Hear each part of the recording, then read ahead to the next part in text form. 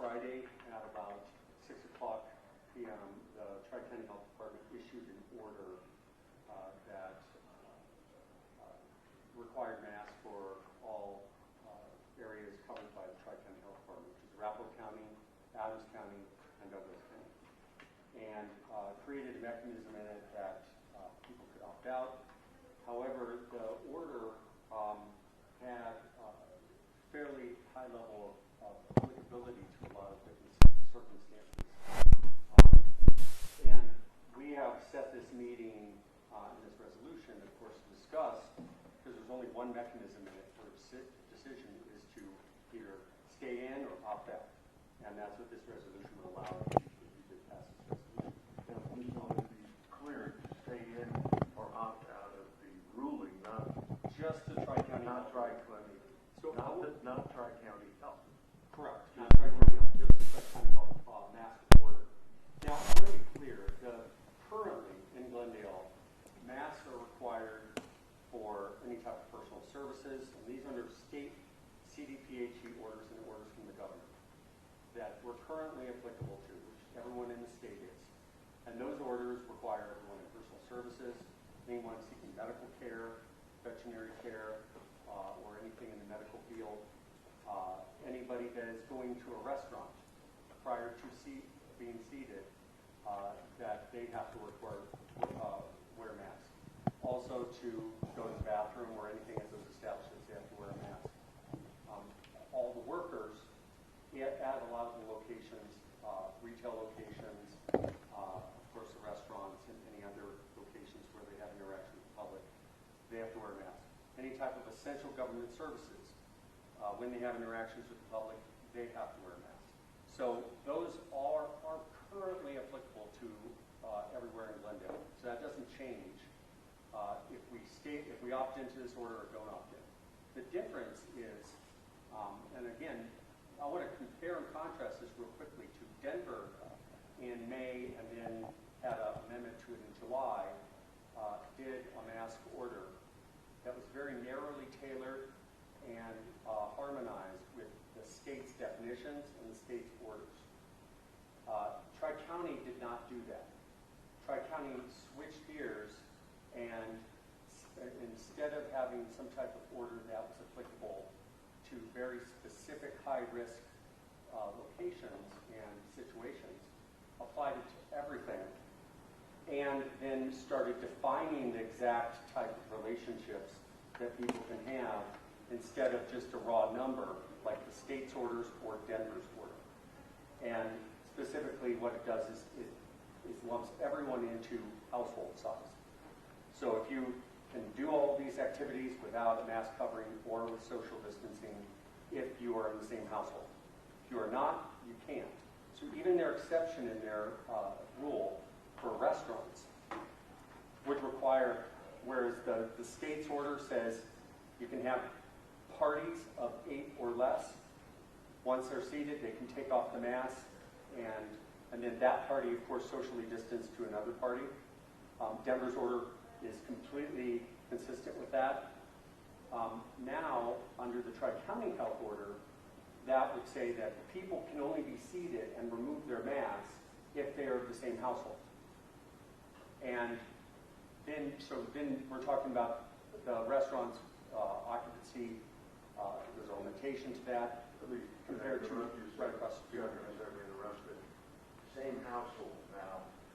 Isn't it true that Glendale is 58% of our citizens live alone?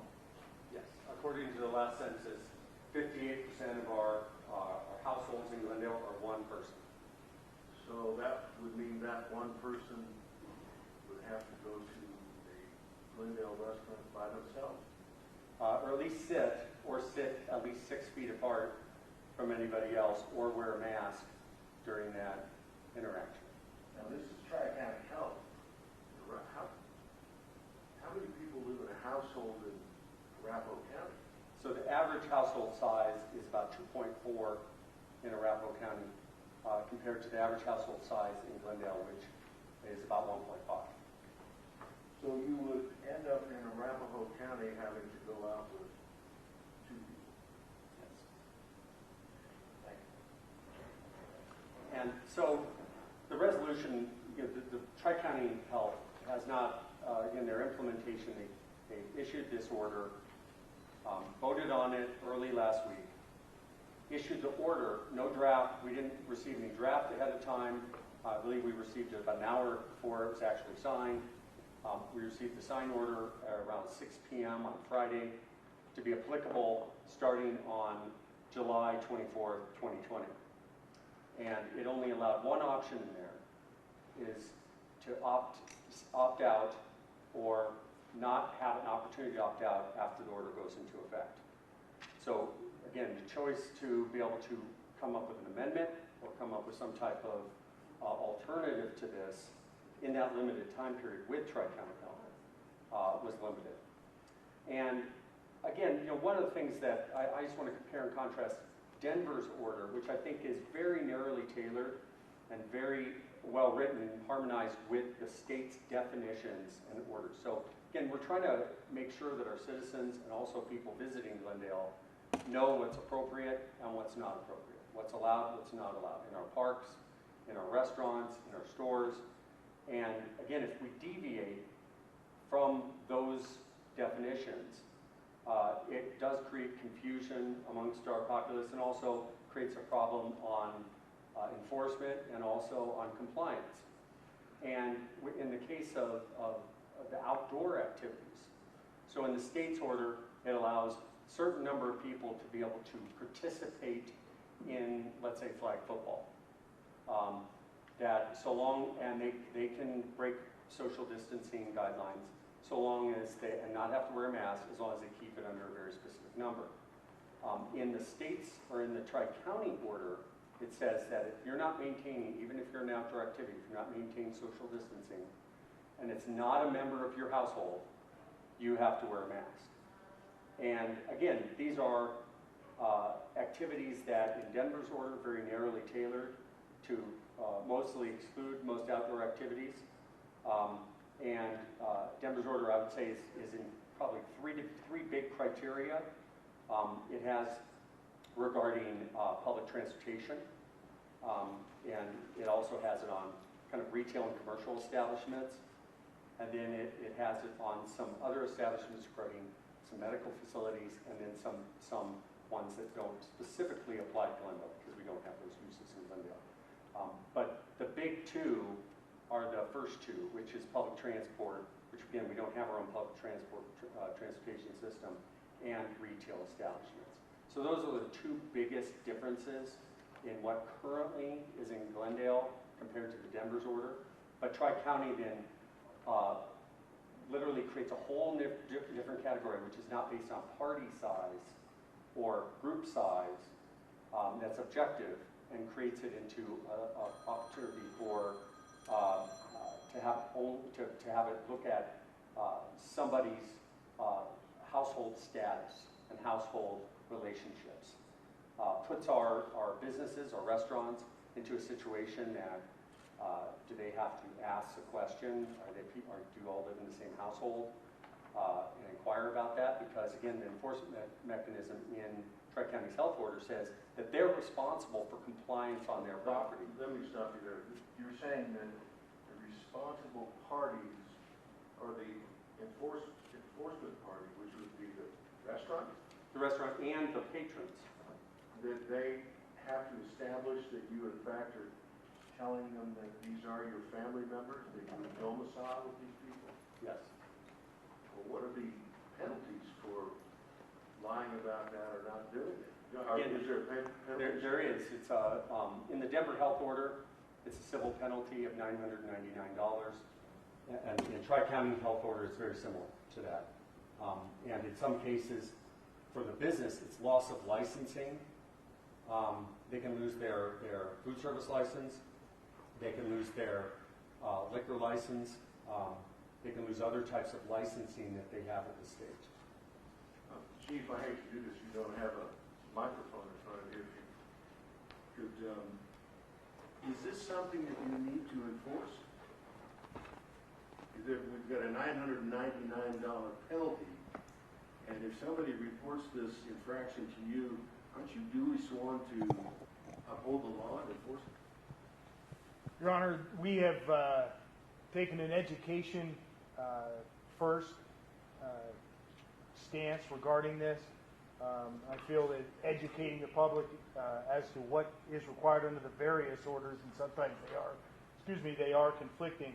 I feel that's more appropriate than actually issuing citations. But the law would tell you you have to if you choose to. We have the discretion to do so, yes, sir. However, primary enforcement remains with Tri-County Health. Thanks, Chief. Sir. Chuck, thank you. Go ahead. So the resolution you have before you, again, we're encouraging in this resolution Tri-County Health Department to amend their order. To note that they have made, you could say, a drafting error in holding everything to household members, and have it be more harmonious, like Denver's order is, with just number of group in your group. And again, no change in healthcare applications or personal services. Those aren't based on number, and most people, unless they're having something worked on right their face, they don't remove their mask. But in these types of situations, which are specifically in restaurant applications and in other type of group activities in parks and in public areas, or even at someone's home, there is an exception in Tri-County Health Order that's regarding in someone's household, but it says so long as they're with their own members of their own household. So even 2 people or 3 people getting together outside someone's house, or even in someone's house, arguably, that it starts getting down to that they're violating the order, or they need to socially distance or wear a mask.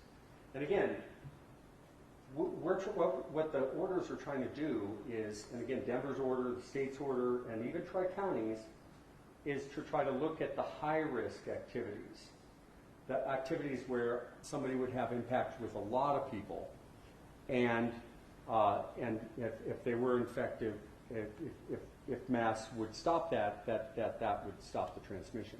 However, in this case, this creates, and yes, are we going to enforce someone in their own home, 3 people getting together? It'd be almost impossible. But also, do we want to allow people to have something on the books that is so ambiguous and overbroad that it encompasses a lot of activities that are not that high of risk? And these people already have relationships with a lot of people that they're, and then also contact tracing the number in their group, the people they know. Again, these are the limitations in the state's orders that are designed to be able to help with those situations. Chuck, what's the average age of a Glendale citizen? Around 27 to 28, depending on which census. And we have one single-family home. One single-family home. So everybody's 58%, 60% are living alone. Mm-hmm. Maybe the rest of them make up 2 people. We don't have any 4-bedroom apartments. 3 is the biggest we have. Is that correct? Yeah, 3-bedroom is the largest. We don't have any 4-bedroom. And if you're 28 years old, you're probably living away from home at some point.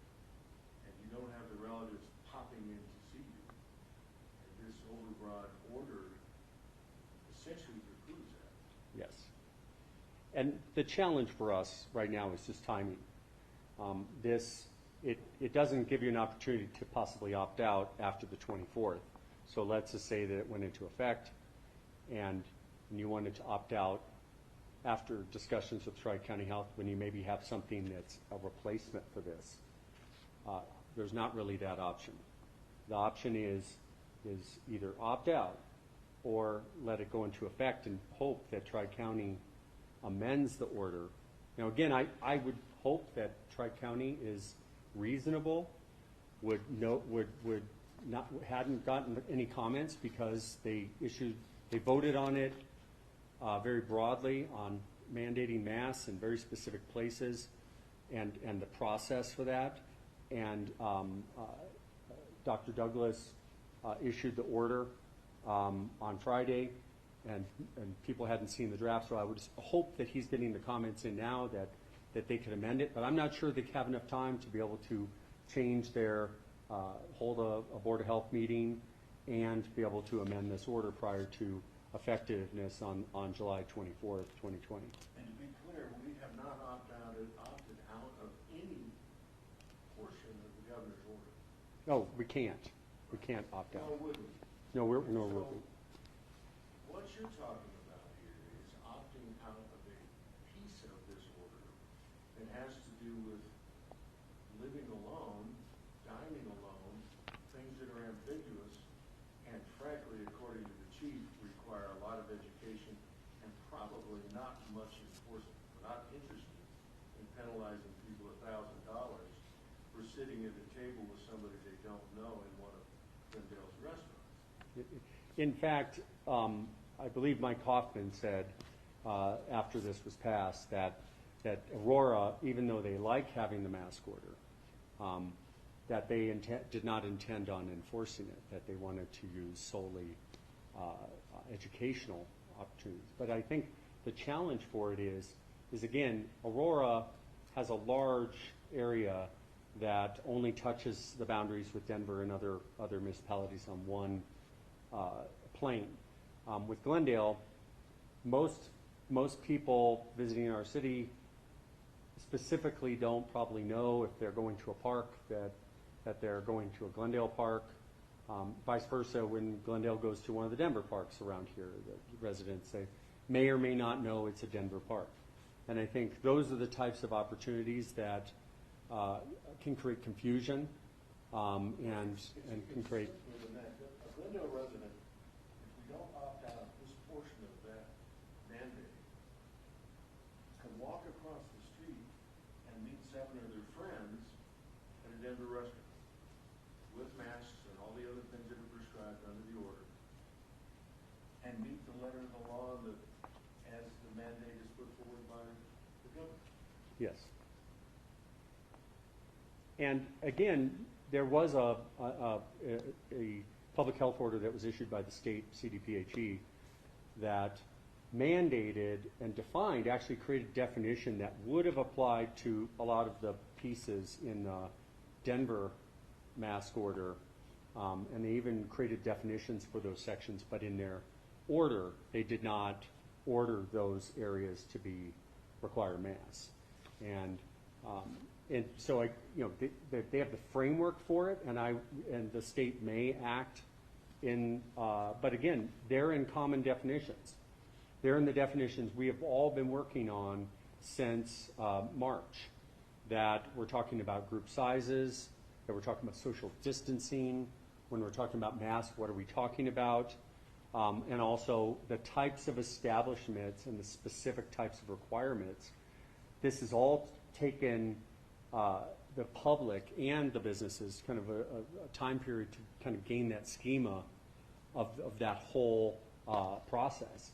And I feel that the Tri-County Health Order kind of upends that and starts getting it down to specific relationship status or where you live in household status. And again, because we're surrounded by the city and county of Denver, and Tri-County involves a huge area, involving Adams County, large part, most very rural areas, some parts that are very remote, Arapahoe County and Douglas County, that don't have the confusion between municipal boundaries. Council, comments from Mr. Line, questions? Daria? Mr. Joyce? So Chuck, you said that Aurora will not enforce any of this, right? That's at least what's been said, some comments that have been said. However, ultimately, Tri-County has a lot of enforcement mechanisms too, through their licensing. So if a business, let's say, didn't enforce it, I think that would be problematic. I would say for the individual citizen that probably, let's say, has someone over in their backyard for a barbecue, probably not. But again, we want to be able to have laws that we want people to follow, and orders that we want people to follow to be safe. Ms.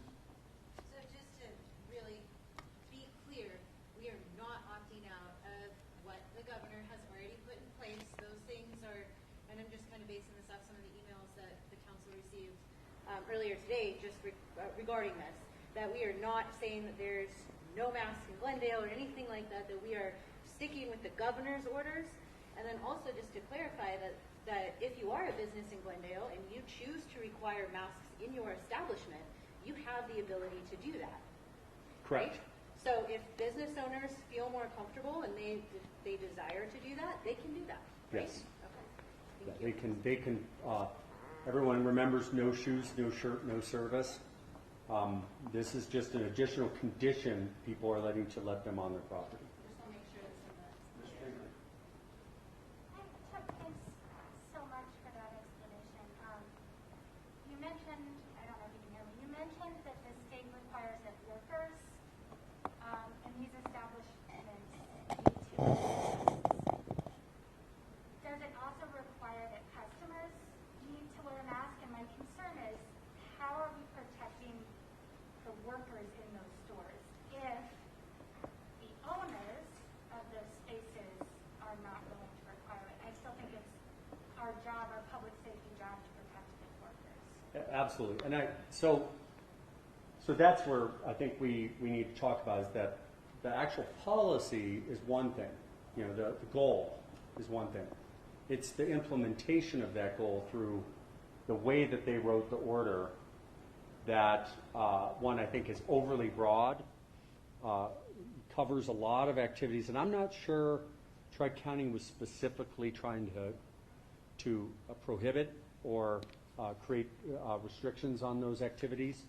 And then also, but so what your question is right now in personal service establishments like a hair salon or a nail salon or a massage parlor, that those types of activities, personal services, those specifically currently under state's regulations require masks for both parties. So that's not an issue. On medical offices, dental offices, unless they're specifically working on the facial area and they have specific requirements under their own licensing, everyone has to wear a mask now under the state's rules. In restaurants, the patrons have to wear a mask when they're not at their table. They can remove their mask to be able to eat and drink, and when they're seated at their table. Out in parks, people under specific number requirements are allowed to be able to exercise and walk and other things without a mask. And then in retail establishments, this is the major deviation in Glendale versus the Denver order for the types of uses that we have in Glendale is the workers the people who work at those places are required to have a mask, and the patrons are not. Again, if we go in Glendale, I think we're probably somewhere around 85-90% people are wearing masks when I've gone in.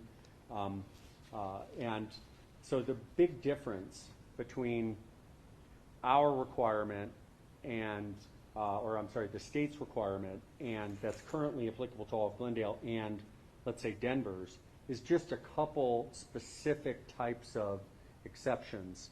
And the biggest one would be the people that go into retail establishments and commercial establishments have to wear masks. The patrons do. Now, under Tri-County's order, now you're going way past that.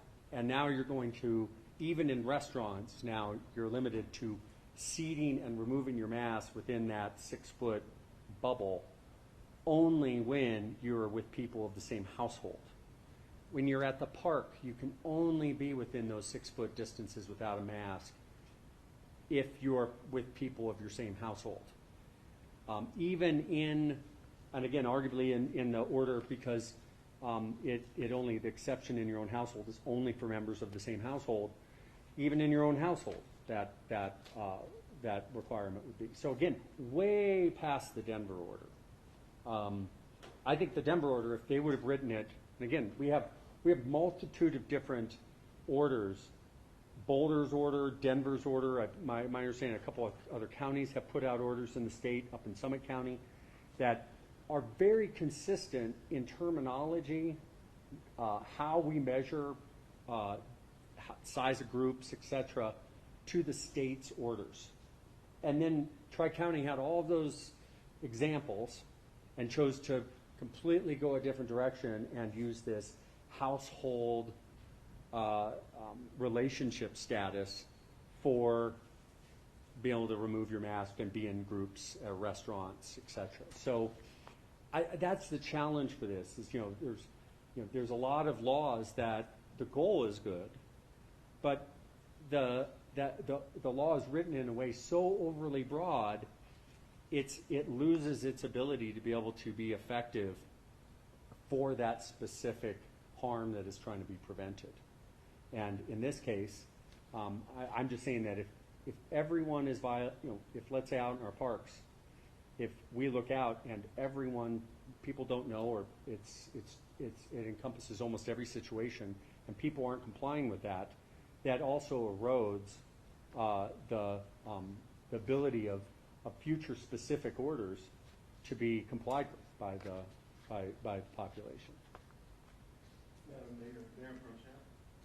Thank you. I just want to understand, so the economic impact of the Tri-County Health's order is much more harmful to the restaurants, to the retailers, to all the struggling businesses that have been closed for the past 90 days than the state or Denver's required. Is that correct? Yes. And I think, I just want to give an example. Actually, listen, for most of the governor's orders that they've done on each one of the steps through the process, the governor has done a very good job of putting out at least a summary of what they're proposing and requiring a couple days of comment.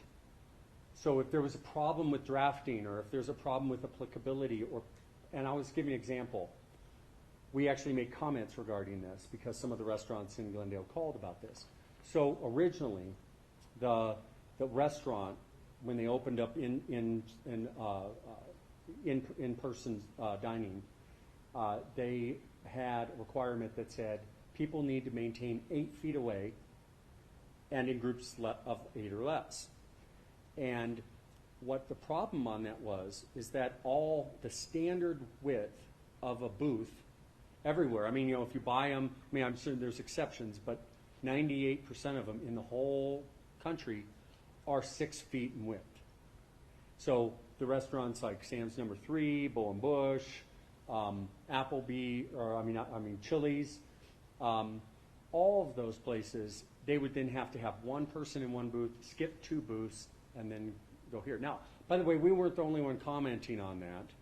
But again, to the governor's credit and CDPHE's credit, they read that and go, oh, we didn't, I mean, I didn't know that standard booth size was 6 feet instead of 8 feet. They altered the order to say that the social distancing table separation needs to be 6 feet. So they listened to that comment of that they were being overly broad without any beneficial effect for that 2 feet. And they were going to have too big of an economic harm. That a lot of restaurants that have a lot of booths were deciding that we weren't going to open because they couldn't get enough people in there because they had to have so much distancing. So that's an example. And I think, I wish, and I will say that during this whole time period, for all of the CDPHE, or not CDPHE, but Tri-County Health orders, in comparison to the state's orders, have been this way, that they do not put it out ahead of time and get comment. They put it out, it's applicable in a very short period of time, and they don't have enough time even for themselves to be able to make amendments to that order before it goes into effect. And given that we have our citizens and our businesses making maximum amount of sacrifice for the public health and to hopefully defeat this virus, we want to make sure that whatever we're doing is narrowly tailored and specific to actually stop that harm. Not overly broad to where we're not going to get benefit, let's say, for that small little difference, and or enough benefit compared to the balance of the the deprivations that people are doing. So I think, again, we want to balance it out. And I'm not saying that. I think Denver's health order and was very, very narrowly tailored. They've harmonized it with the state's definitions. They did a very good job. And you had a model that worked, has already been working for months, and you deviate from that in a very significant way. And that's, I think, from a staff point of view, that's what our issue is with Tri-County Health Order. And I think it's significant. Mr. Gore? Yeah, Chuck, thank you again, and I'm asking some procedural questions and some clarification. My understanding from the resolution is that, and from what you said, is our issue is the household, right? That's our issue with this. And operationally, if we were to send this over to Tri-County Health, what day is today? We've got a limited amount of time. They could actually revisit that within it, or do you think they even would? I don't think they, just given what their schedule is for meeting as their Board of Health, I don't think they theoretically they could, but practically, just when their meetings are, I don't think they can. I mean, they took 4 days from the time they voted to actually issuing the paper order. And for an order that, for the most part, I won't go into how fast we could have written it, but I mean, we could have probably written, or state CDPHE probably, or Denver could have probably written this thing in a day. And I think, and I'm not saying they didn't, but they took several extra days to issue that out, which limited the amount of time for them to be able to have an opportunity to be able to have another Board of Health meeting and ask Dr. Douglas to be able to issue a new order or amended order. All right, and not that we have to do anything based on what other cities within the county are doing, but has there been any other formal responses from any of the cities within these counties? Not any formal responses. And yeah, if you recall how, again, everyone some people are out of town on this council. When we were checking to see on availability for tonight, prior to the implementation of this order on the 24th, checked with everyone's schedule, and this was the best night to be able to make sure that we had the largest number of council members to be able to at least discuss this. And but my understanding, some of the cities are having study sessions regarding this. One formal action that was taken, I believe Douglas County announced that they were leaving Tri-County Health Department. I'm not sure this may have been some push, but they've been discussing that for a while. But again, you know, the goals of this are not necessarily the problem. You know, the goals of this, or it's the switching gears to this everything, all of their exceptions, everything is wrapped up in household members. Everything. So if you look at the states, it's based on numbers, right? Very objective measure. People can go into a restaurant, go 1, 2, 3, 4, 5, 6, 7, 8. They're compliant. Or a person seating people knows right away, are they in compliance or not? Are they wearing their mask when they're walking to their table or when they're going to the bathroom? Are we seating them in one location that's 6 feet from other parties and at 50% occupancy? I think people can make, that's a very objective measure to figure out if they're in compliance or not in compliance. And now you have a whole measure that is based solely on household size. And as Mayor Donovan mentioned, and we, you know, our household size is less than 2, our average household size. So it does create issues. And I'm not saying that the rest of Arapahoe County and Douglas County and Adams County and Aurora is going to have issues too. I'm not sure, you know, we're the first ones that are discussing this, but I would assume they're going to have the same problems with the overbreadth and having it all weighed off of relationship status and household status, who you live with, than the state's more objective and Denver's objective measures that they have in their order. I just want to clarify one thing you said, just kind of on that point to Mr. Lord. But essentially, if we were to opt into this as it's written now, with the household size, if people from 2 different households were to go to one of our Glendale businesses, say a restaurant, right? Mhm. And then it comes out that they're actually out of different households, according to this order from Tri-County Health, that restaurant could potentially lose its license. Correct. Thank you. Ms. Baker? I have 2 questions, if that's okay. Thank you for talking about the economic impact of this. I do have a question. Did you look at something I think that's very germane to what we're talking about? The economic impact of exploding cases, in which case the state would have to re-shut down like they've done in other states right now? So you bring up a very good point. But that's the problem with this order, is that what it's going to do to this household issue compared to the numbers. If we're worried about those cases and those specifics, I would recommend then for those specific requirements that would be applicable. Again, we're an island.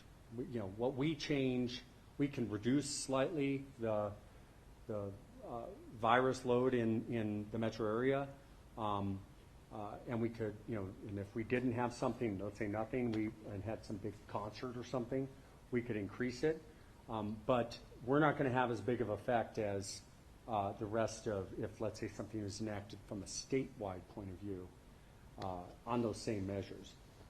I will say this, so we're talking about a difference, right? A difference of, and again, overbreadth is about applying to things that aren't necessarily going to actually gain the goal, what you're trying to do, but create costs for those businesses, for the people, and deprivations for those people that aren't going to produce benefit. I'm not saying there's not a benefit to some of these health measures.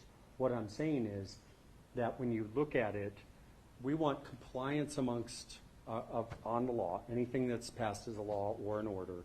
We want compliance from the public. We want compliance from the businesses. We want compliance from everybody that would be applicable to that order. However, what we want is we want it to be balanced out against that the things that aren't going to produce a benefit are eliminated, and the things that are producing the greatest benefit are left. And that's really what we do on all laws. When we set our speed limit, we set our speed limit at 25 instead of 10, because the benefit of keeping traffic moving is reasonable in that circumstance. And I think the problem here is Tri-County Health is taking that same speed limit down to like 1, and it's doing it saying, well, you can only ride in the same car with your members of your same household. So I think it's overly broad and not producing the benefit that I think they're trying to establish. Rachel, I know you have another question. Let me interject something and we'll get you started. Don't we have some statistics on the number of reported COVID cases in Glendale? Yes, to date we've had 32 positive cases. As of the beginning of June, we had 29, so we increased by 3 since the beginning of June. So that's It's a month and a half. 0.006 of our population. We just have a very young population, Yep. so we're a different population in the rest of the metro area. 0.006. 6. So I guess that would factor into your economic number. Yes. Rachel, you had another question? Yeah, just one more, and I feel like it kind of was connected to what you were saying about going back to Tri-County, which is, I think there's 14 exceptions to the mask rule here, if I'm looking at them. Yep. Is there not a specific one that addresses the issue of households? And if not, could we not ask them to just add that as an exception with all of these other exceptions? I mean, it seems like with all of these these exceptions, you should be able to not wear a mask for a multitude of reasons, you know? Is there one that matches up with the household? And if not, is that just something we could ask them to add to it? So no, there is one in here, and I apologize, I'm It's finding. number 8 on No. page 4. Yep, number 8. And it's the individuals who are seated at a restaurant or other establishment that offers food or beverage services under existing health orders. So again, that's fine. While they're eating or drinking, provided they're able to maintain a distance of at least 6 feet away from persons who are not members of the same household. So if they're seated at a table, the same table, of course within 6 feet, they now can't remove their mask to eat or drink.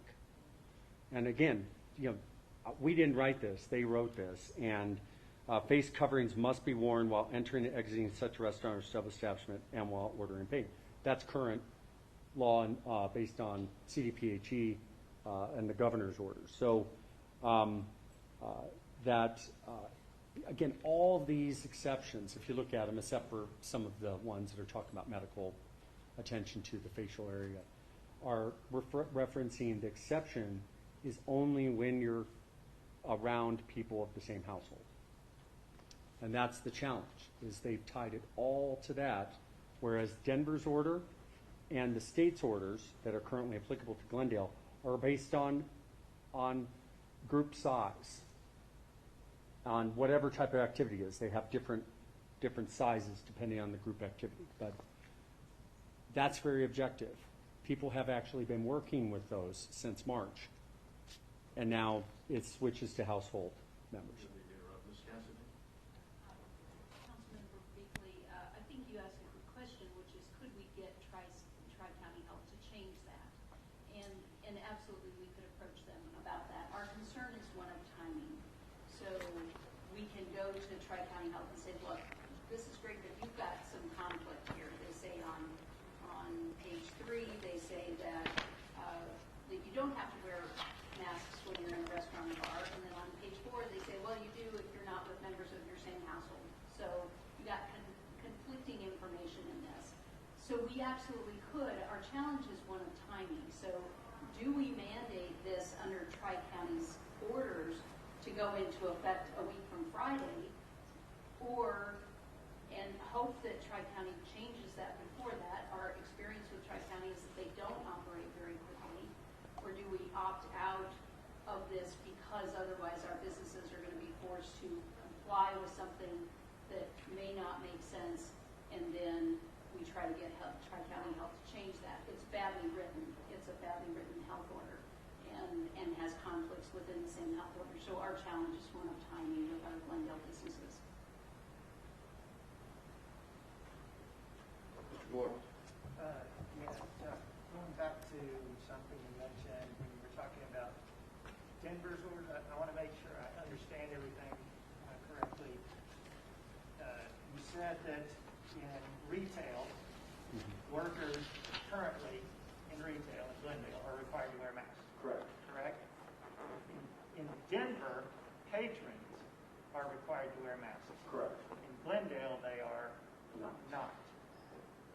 Is there any way we can look at alternatives that, in other words, look at Denver's orders and maybe, I mean, I'm sure procedurally it's a whole different rabbit hole, but in tandem with this, could we say, but we will adopt this change to that? That is exactly the question that I have. In other words, going sort of halfway, leaning toward the Denver, which from the emails I saw today, I think this was a big concern, going into a retail establishment in Denver and having to wear a mask, but not requiring it in Glendale, because you run into other customers. It's the workers, that's great, but you run into other customers. So is there, I'll leave it out there, is there a way we can at least go somewhat in that direction? Because, again, that seemed to be a big concern from the communications we all received. Keep in mind that this body can make that decision tonight. Really? It's not a matter of we're taking testimony for a reason. And Mr. Light is talking about consistency. And the problem with this order is inconsistency. Inconsistency is causing a problem with police enforcement, rule enforcement. It's causing confusion in the public, frankly. So yes is the answer to that, and we have the Denver order, but that would require that we would opt out of this order, not out of Tri-County Health, but opt out of this portion of the order and into Denver's clear view of what is happening, which both match up Denver and the state to one another. There's not a conflict there. They're very well harmonized. So, Ms. Mills? Would there be an opportunity, we have another council meeting coming up, because this was sprung on us so fast, would there be an opportunity for, our job as a council is to talk to our constituents and to talk to people, talk to local business owners, find out if this is something that they want to. So would there be an opportunity for us to be able to talk to the city of Glendale before we opted into something else? Anything you're a council person, you can choose to do that.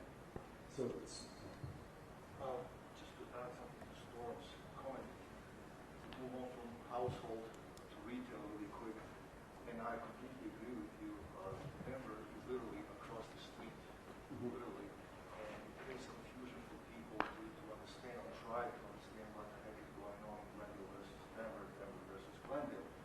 And I think that's the biggest fault in here. And quite frankly, I completely agree with Councilman Storm. And I think, so one of the things on Denver, so if we look at Denver, they're a city and county. So, a lot of people think, well, that was issued by the mayor of Denver. It was instructed by the mayor of Denver, but Rob McDonald, the executive director of Denver's Department of Public Health, was the one who issued the order. And again, that's under their ordinances or their municipal code and under state code. That gives them the authority to be able to issue those orders. Now, when the health department issues it, they issue it as an order. We would issue it as a ordinance, but that's the only difference. And in a resolution, even in this resolution, you could, if you desired to, be able to add in for an ordinance to be drafted and that you intend to pass it, that would be consistent with whatever requirements you'd want to add in. The challenge for it is with Tri-County's health order is they don't give you a piecemeal opportunity. They're either you're out by the 24th or not.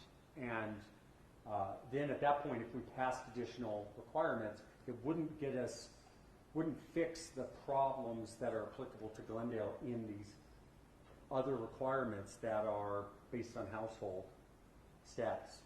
But we still do have 10 more days to the point to make our mind to do the investigation and all that. Right? Doesn't have to be We could, or, the other opportunity is, in this order, you could instruct staff to draft an ordinance to be heard at your next council meeting that would adopt the Denver health orders requirements and create a enforcement mechanism for that order. And After opting out to exactly, you have to opt out, because if not, you're applicable to your requirements you're adopting with Denver, which are less than, well, I would say not less, different and criteria completely than Tri-Counties. And Tri-Counties, again, you'd still have that household issue and group sizes of only household members if you didn't opt out of this order. So this would give us a little bit of time while you're drafting an ordinance similar to the city of Denver, so there's less confusion across borders and everything else, where as a council we can go and talk to them and see, businesses might want something that's not in Denver's, that's even more strict. We just don't know. We haven't had a chance to really present this to the local businesses, so that would give us, because it sounds like the big thing is retail, right? So that would give us as a council a chance to talk to people as well as while you're drafting this. And most of our retail, in candor, when you go into, I wear my mask when I go in our King Supers, when I go into Super Target, when I go in PetSmart. Most of our retailers have locations that are in Denver that already have procedures and processes, how they're going to tell someone and have signs at the front door to be able to tell people to wear a mask. Retail, I think, is going to be actually fairly simple. Again, as I mentioned, doctors' offices in general, central government services, and personal services, no change. That's no different, and it's no different even in the Tri-County Health Order. So, or Denver's. So it's really going to be on the retail, and some small commercial establishments. Again, restaurants it won't affect because it's the same. Can you talk to the enforcement agencies over in Denver and find out the problems that they're having with enforcing this too, and report back to the council on that? Because I think that we're essentially right. We then become an enforcement agency as well. How does that work? We already are. Right. So the Denver, like I was mentioning, the state's orders require our police to be able to enforce them, allows us in administration to be able to do things on liquor licenses, on building permits, whatever, to be able to enforce current state's requirements. So I don't think. Like enforcing people who aren't following. Yeah, but the same type of thing. People that walk into a personal, getting a haircut and don't wear a mask is no different than someone walking into. And again, what I think we'd want to do with the state is harmonize those, the enforcement, the way that it's enforced. Again, we would do it via ordinance, municipal code.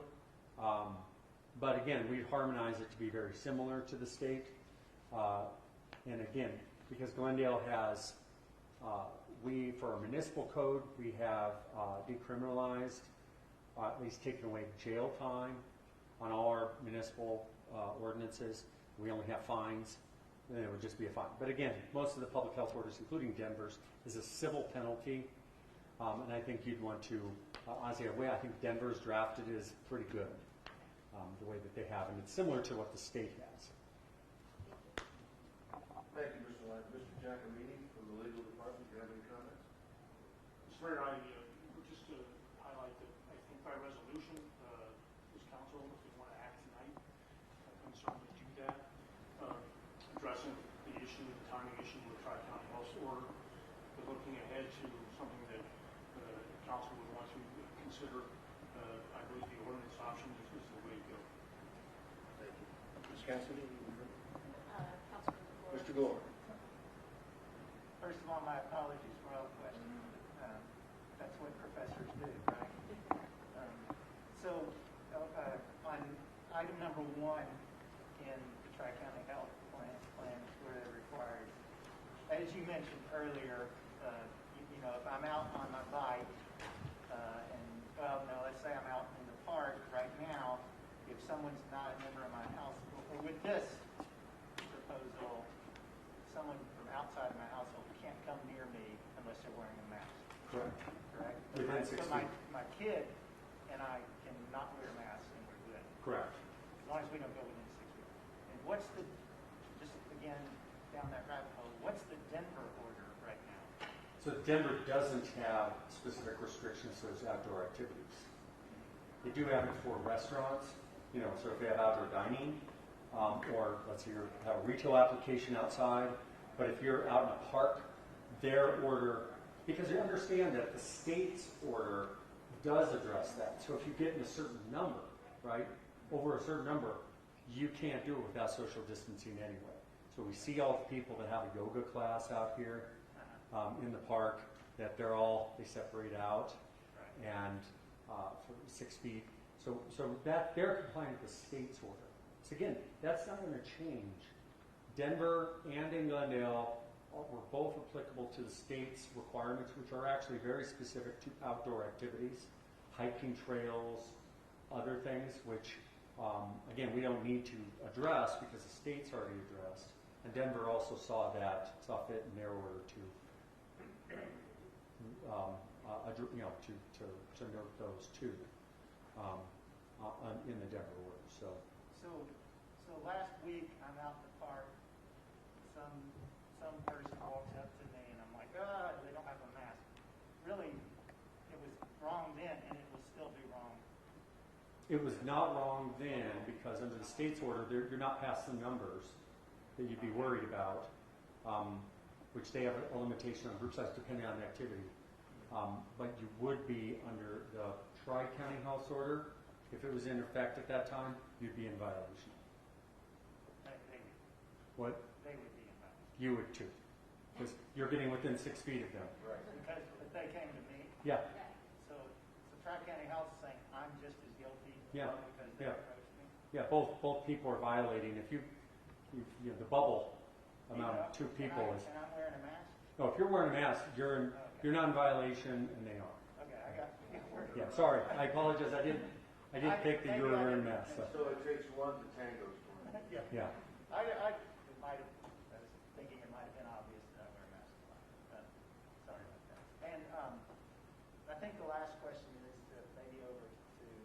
Cassidy. So try procedurally again, we say we opt out, and in this ordinance, we say we're opting out for this reason.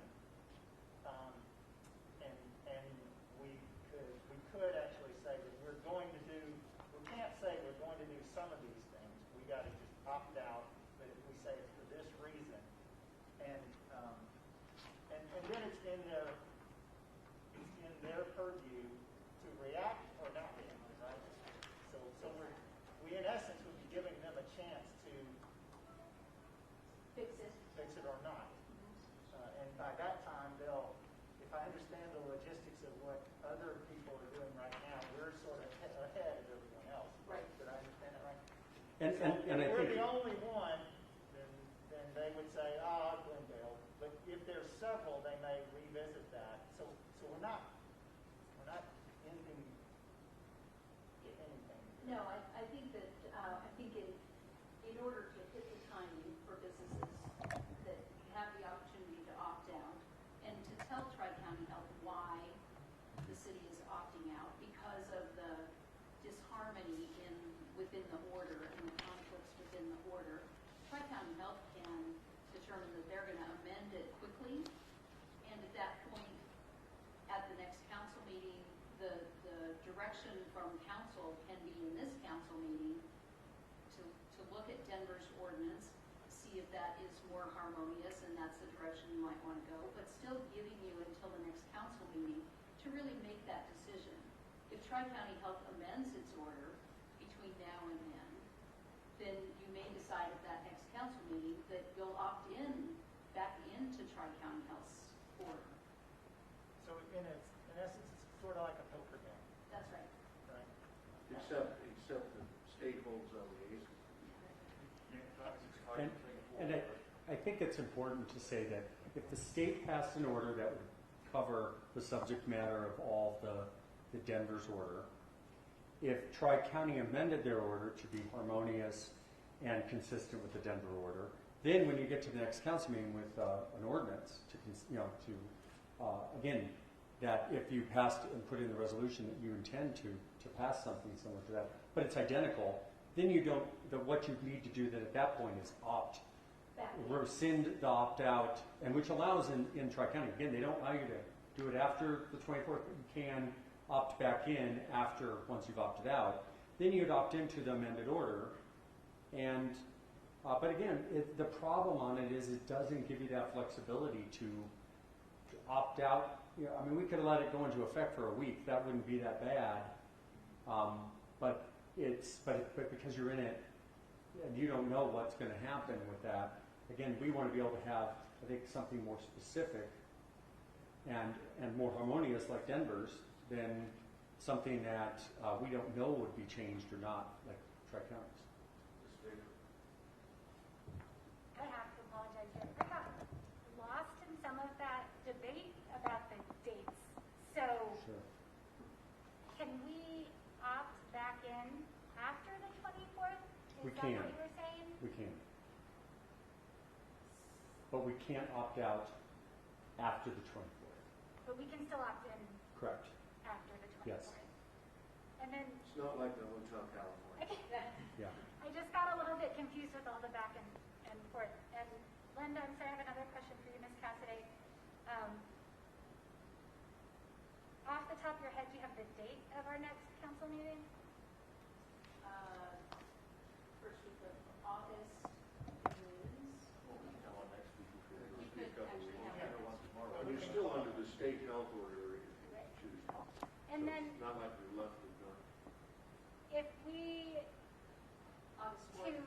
August 4th. August 4th, to Storm's point, if we're playing poker, will or can the Tri-County Health Department take longer than the 24th to make amendments? Yes. Can they literally next week say, we're going to push this date back because we want to have some more conversations about Then it? you would just opt back in. There's really no harm if you opt out. I think the challenge that we're looking at is a timing for our businesses.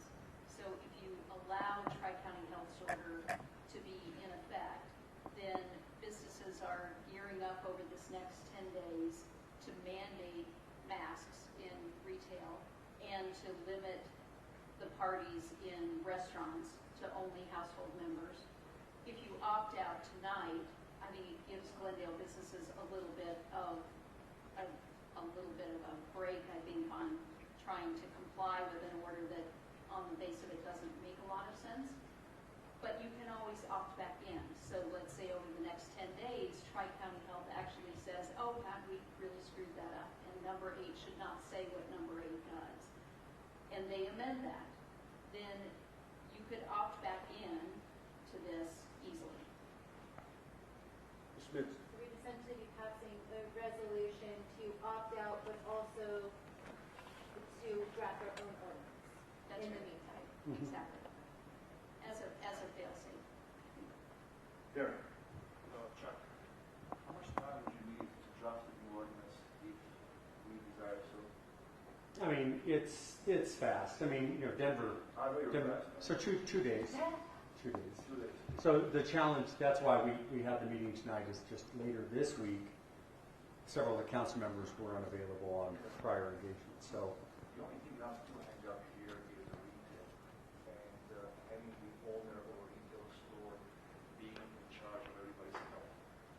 Meaning, I can tell you to wear a mask or not to wear a mask, depending on what kind of day I'm having today. This is my biggest issue. The rest, I couldn't care less about household. I totally understand the city we're living in, the situations we are in. But the retail part is what is getting to. So if you had 2 days to draft the ordinance, we could address every one of those issues. yes. If the opt-out is in place. Mhm. Storm, you had another? Well, as usual, Hey, you stole my thunder. You stole my first. And that is, and maybe it's more of a comment. Yeah, I'm concerned about retail and the fact that decisions can be made, at the whim. So that's what I wanted to say. I mean, there is a hybrid in there too. Is that if we have the meeting in August, and we could do it by emergency ordinance, that means it would be applicable immediately. And that we could also inform our retail establishments. Again, we have good relationships with all our retail establishments in Glendale that tell them that this is going into effect and request voluntary compliance prior to this ordinance going into effect. Because again, they can't just, if you think about it, they're not just training their staff, they're training the patrons that are coming in, that some may go, well, it's Glendale, I don't have to wear a mask. And they need to be able to have a little bit of time prior to actually the legal effects. Just like this one didn't go into effect from Friday of last week until the 24th. The legal effects of that ordinance, which can be applicable immediately upon passage, we can give them an advance copy of that ordinance. Of course, this is a body. This is quasi-judicial, so ex parte communication of you telling the public or whatever. If you like that ordinance, it's fine because it's legislative, and so that at least the citizens of Glendale and people that patronize Glendale and the businesses would know if the majority council is for it, and we can have that conversation with all our businesses, retail businesses. Again, personal service, restaurants not changing. So That's one option. Mayor Pro Tem, I mean, tonight, the matter at hand is the resolution number 8, and then we could do an ordinance that you would draft in probably 48 hours, and then we can discuss it within this body, correct? Correct. Yeah. next is Rachel. I just wanted to throw my support around getting that out to retail as soon as possible, because I really feel like public health is our purview, and some of our most vulnerable citizens are the workers in those retail, and I want to make sure that they're protected also. Ms. Smith? Go ahead. Councilwoman Mintz's suggestion, I really like that about getting feedback and establishing some sort of, I think in a few minutes we're going to get a lot of feedback, but establishing some way of hearing what people think. That you said that we can't, ex parte, we can't just go out and go, what do you think of this idea? Oh, you can. We can? You can. So this is, so I'll just quasi-judicial, so if you're looking at, let's say, a site plan, that you're acting as judges up here, applying this existing city law, that one you can't discuss with other people because you're prejudging, right? You're just like a judge, you're prejudging. But in the legislative process, you can talk with whomever you want to discuss it, to tell how you feel about it. You can say lobby and be lobbied with your fellow council members. The only preclusion on that is that for open meetings law, you can only do it with one council member at a time if you're having discussions with them. But outside of that, you absolutely can talk about it in the public. I can talk to all these folks, but not really. Absolutely. And we can talk with everyone here, but individually.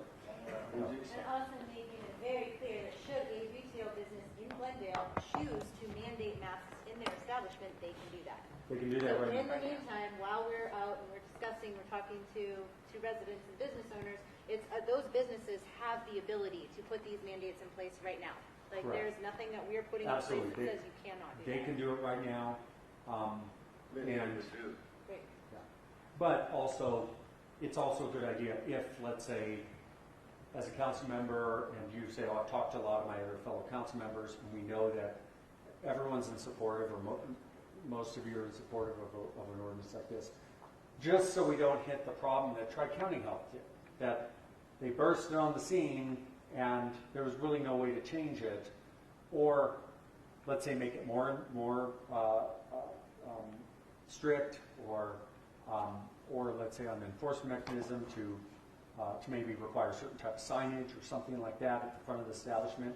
So those types of things, but we want to be able to get whatever the one that this body wants, those requirements, I think consistent with Denver's order, to those retail establishments ahead of time, and request that they start implementing it, because so on day one, when if this body does pass an ordinance like that, that they're already doing it. The patrons, the people who are patronizing it, that already also are aware that there's mask requirement before there's some type of penalty. Thank you, Mr. Lyon. Well done. Thank you, Council. A lot to think about. Now, Madam Clerk, we have people signed up to speak. Yeah, and we're gonna. Mayor, we have about 20 people to speak. Public comment number 1. And I do want to note, I did not touch the podium, but we are going to wipe it down real quickly just in case, so we're doing that between parties. So if you do touch the podium, it's fine. So one of the things we do, we have 2 minutes of public comment, and we request that you say your name and where you live for the record, so we can keep track. We've got several people here filming, and I'm sure they would like to know how to find you if they want to have comment from you, or to listen to your public comment context of where you live, who you are. So, number 1.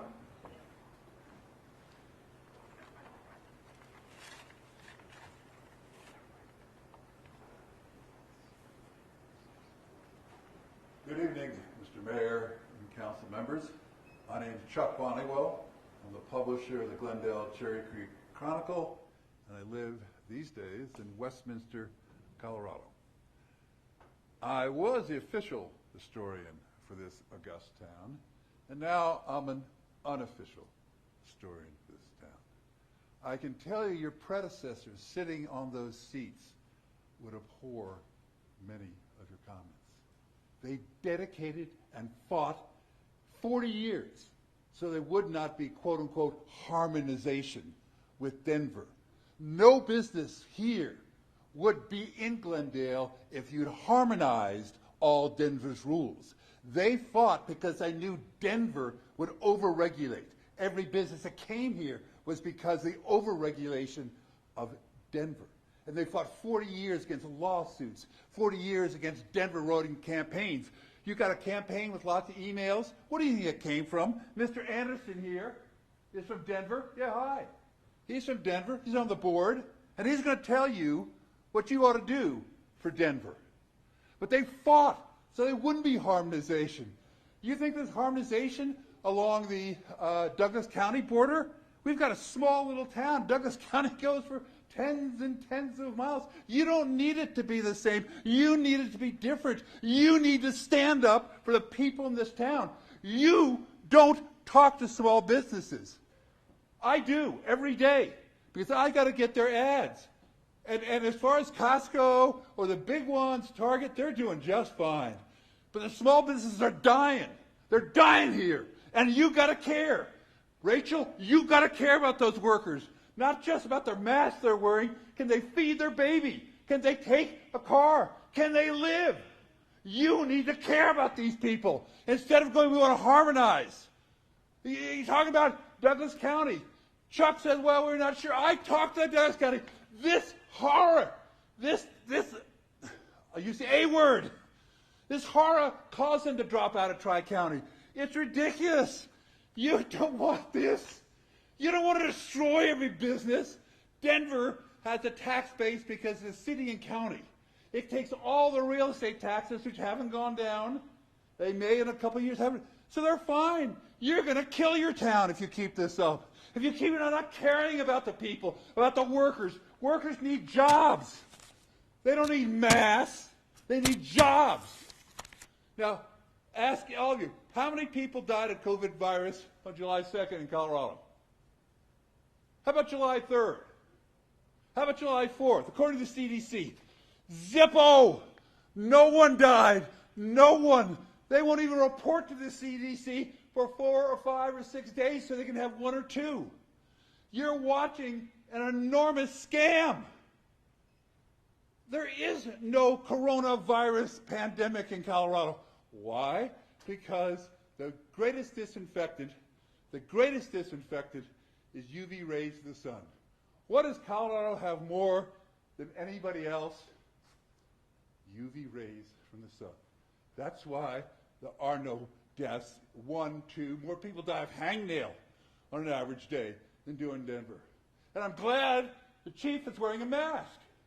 That's great. Why do we cough? Why do human beings cough? Because it's healthy. And if you reabsorb your phlegm, it's unhealthy. That mask you're wearing, that balaclava mask, is bad for your health, and I suggest when you walk out, you take it off and cough a little bit away from other people. Because it's a danger to you. Humans are not intended to keep reabsorbing their own phlegm, their own germs, their own mouth. You're endangering yourselves for a risk in which what was that one? Glendale's got 33 cases, 3 more. They're young, they're healthy, and you want to impose Denver rules on them or the obscene Tri-County health rules? What's there to vote about? Get out of Tri-County. Get out as soon as you can and stand up for the people. Don't let Tay Anderson and Denver tell you to do. You have a 50, 70-year tradition of fighting for Glendale, fighting for its citizens, and fighting for the businesses. And I ask all of you, live up to that commitment. Thank you. Thank you, Mr. Bonniwell. Number 2? Oh, we have to, Nurse Nasty has something.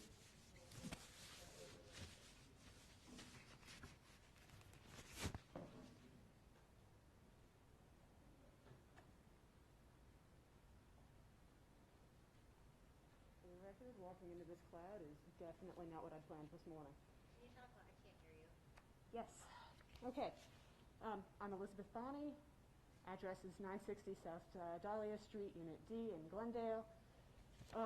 You're all quite correct that Glendale has very different demographics and household sizes from the rest of Arapahoe County. But of course, Tri-County Health Department is correct that limiting contact between members of different households will limit the spread of COVID-19. However, Glendale responds to that order. I am glad that you all seem to be uninterested in opting out of any requirement to require that customers at Glendale retail businesses be masked. It's not fair to workers in certainly in the stores like our King Soopers and Target. And I'm glad to know that you're interested in protecting them.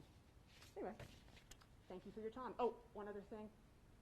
You'd scare people a lot less if you said anything up front about what, in particular, might be a problem with the order that you're looking to opt out of. Thanks. Thank you, Ms. Bonnie. I think we're on the record talking about that ad nauseum. Number 3.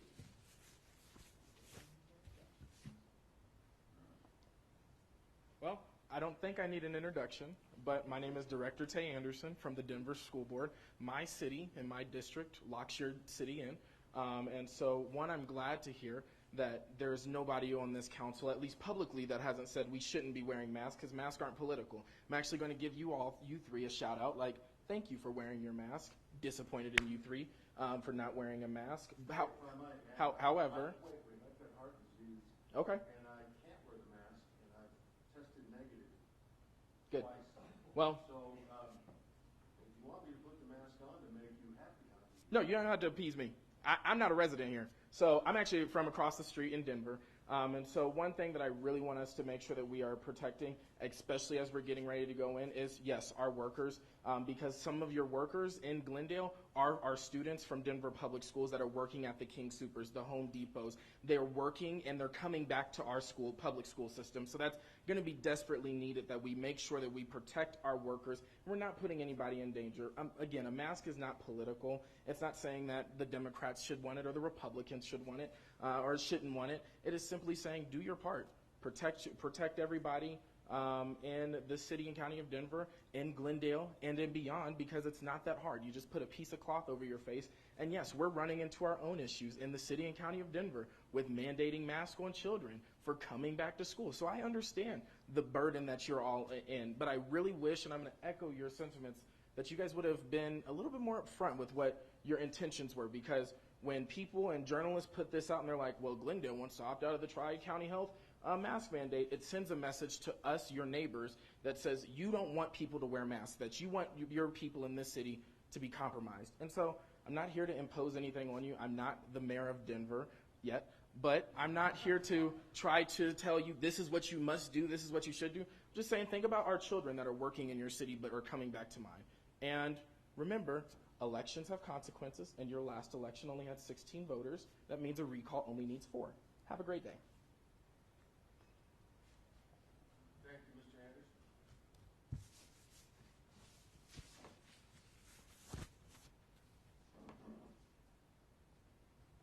Name and rank, serial number, blood type. Good evening, Jeff Allen, the Greater Glendale Chamber of Commerce Chief Operating Officer, 950 South Birch. I wanted to, first of all, thank you for your thoughtful process in diagnosing the situation you have in front of you. My points are, in the brief period of time that we have, is the burden that it would be placing on the businesses, and for that matter, the customers. I think the only solution you have is to send it back. If they can adjust it to something that works for you and the city, that's great. But leave it to the choice of a patron and a business to decide how they will operate their business.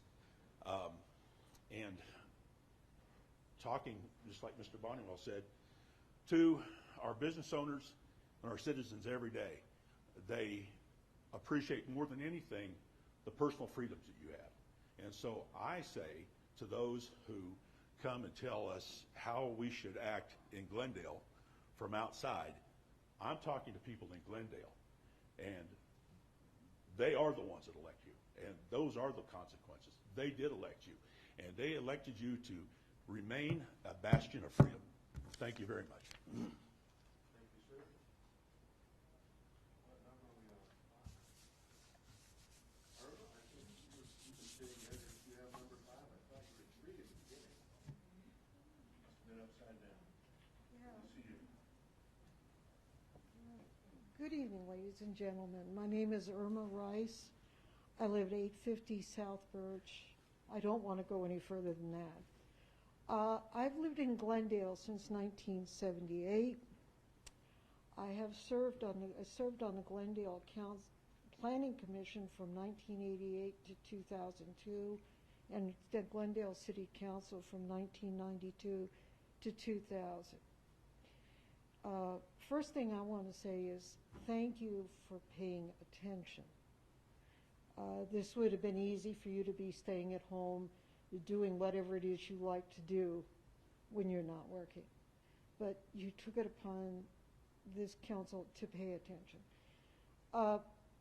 I do watch quite a bit of television. I have been very aware of the political salad that is the relationships among Tri-County Health, Adams County, Arapahoe County, Douglas County, and the municipalities. And there is a lot of political conflict, which when I heard about this order, I said, oh boy, here it comes. We know Glendale, small city, and easy to write a law that pretty well disregards our interests. Their interest is larger cities like Aurora, Castle Rock, I don't know how long that's going to last, and Thornton, North Glen, Wheat Ridge. And so our needs were the last ones to be met. I think it would be good to look, and I'm glad that Chuck did a thorough job of looking at the state document and the Denver document. And maybe the best solution is to fashion a document tailored to Glendale and its needs, keeping in mind that we do have to have respect for our big brother. But respect is one thing. Having them tell us what to do is quite another. And I think when I was on council, this was a problem then also. Many people don't, if you've read the book about the city of Glendale, you know there was a time when the relationship was called war between the two cities, Denver and Glendale. Major business was burnt to the ground, and the Denver Fire Department sat on the other side of Alameda and watched the place burn to the ground in the 1960s. We've come a long way, but we still, I think, need to tailor to our needs and the needs of our businesses and the needs of our residents, and really think about who they are. Now, I represent the minority in that I'm considered elderly and a special class, but I think it's not unreasonable to ask for patrons of a business to wear a mask in that business out of respect for everybody, for other patrons, employees, owners, and their dogs, because a lot of businesses allow people to bring in their dogs. I was patronizing a business establishment on Leetsdale, which is in Denver. Clearly, there was a sign in the window indicating that they were in Denver and under Denver's laws. Guy walks in without a mask, promptly announces to the world that he is an American and no one will tell him what to do. I thought, yeah, you're an American, but honey, if you're under a respirator dying, I don't think you look back on not wearing a mask as being something heroic. You are putting everybody else at risk. And you're putting yourself at risk because you're going to go home to whomever, and guess what? They've just been exposed. What I want to say to you guys is thank you. And thank you very much for really considering what's going on. The battle of the mask, making it political, makes positively no sense in an era when you have a pandemic. Now, we did not live with this. We were lucky. We lucked out of the SARS virus in the 80s. Okay. What I'm saying is, please keep up the good work. And I also want to say thank you because the apartment complex I live in had a fire, and the Denver and Glendale Fire and Police Department did an absolutely beautiful job in helping us out. I was the last one out of that apartment fire house. And, you know, thank you so much, because this was like a night when it was 28 degrees outside. So you can imagine what it felt like standing at 28 degrees because somebody left a heater on next to a mattress, and the mattress caught fire. Thank you so much. Okay. I appreciate it. Good to see you again. I'm glad you made it out without injury. Number 7. Six.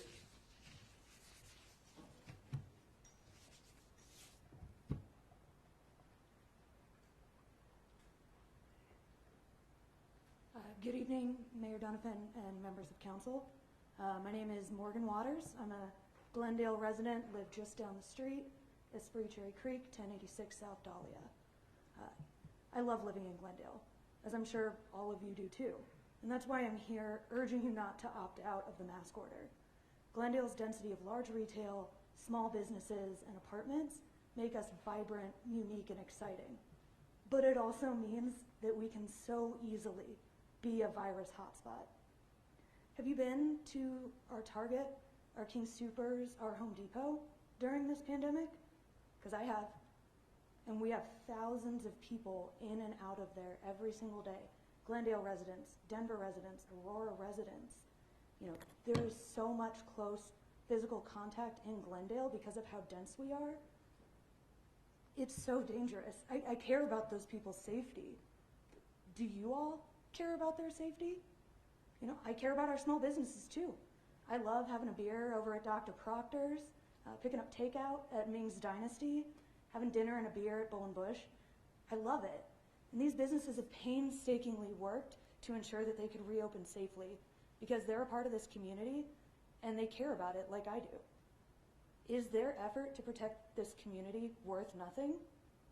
Why does my bartender, my landlord, and my cashier at the grocery store seem to care more about my health and safety than my government?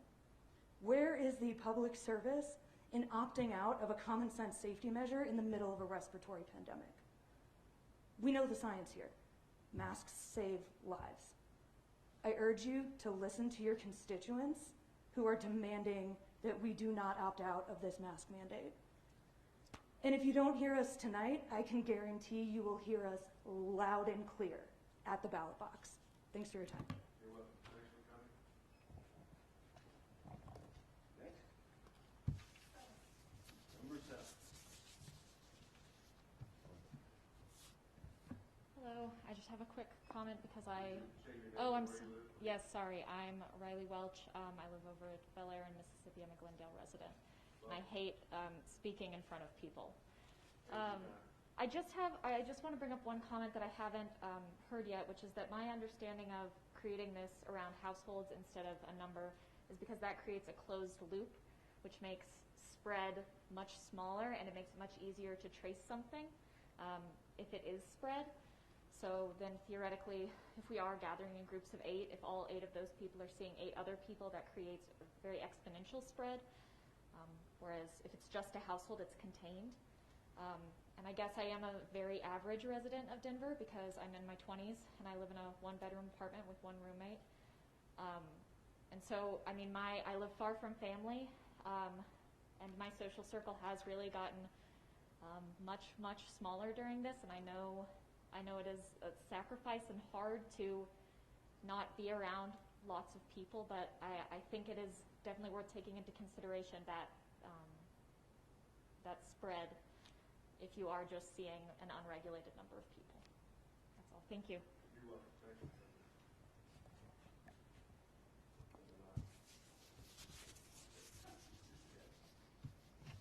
Number 8, would say your name and where you live for the record. Hello, I am Andrew Walker. I also live just up the street at Bel Air, Mississippi. I've lived there since 2018. To mirror some of what's been said before, I really do appreciate that this council seems to take the masks seriously.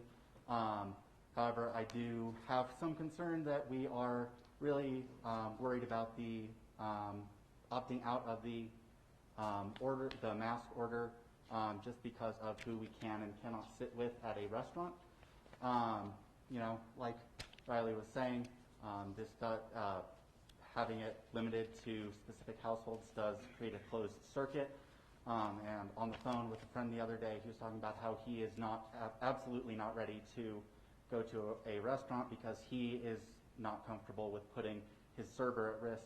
Because if he's putting his server at risk, then the server is putting their coworkers at risk and everybody else in that restaurant and everybody else who they see.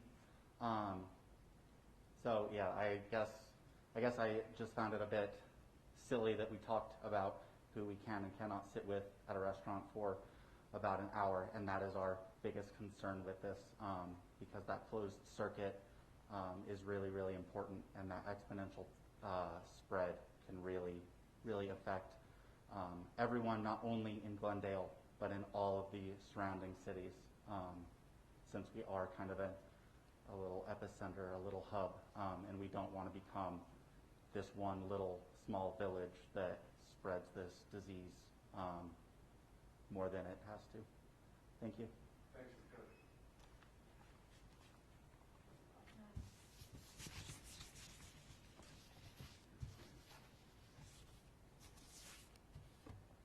Welcome, Mary Smiley. Good evening. Mark Smiley, President of the Greater Glendale Chamber of Commerce, and also work for the local newspaper. It's great to be here, Mr. Mayor, City Council members. Nice to see you. It's been a while.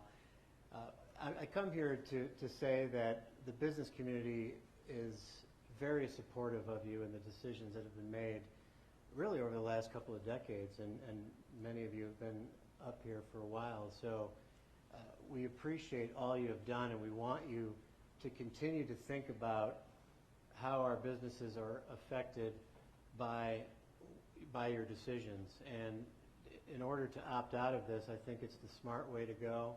You're not opting out of any sort of requirement that people have masks. You're just simply opting out of the Tri-County Health Department's mandate. And I think that you have really addressed the issues here tonight, and you are not just willy-nilly thinking of not having masks whatsoever. I'll give you an example because my parents just recently flew out here from Chicago. My 9-year-old daughter celebrated her first communion and confirmation. And we went out to dinner and breakfast a few times. Under this mandate, we would not be allowed to do so, and that would be a shame because we enjoy patronizing places like the Bull and Bush and Sam's No. 3. And so this is a decision that's of vital importance for our business community. We are always seen as an extremely friendly business community. Business friendly is what most people say. And I would like to see that continue as a board member of the Chamber of Commerce. I know that there are a handful of us here, and you'll hear from one or two more.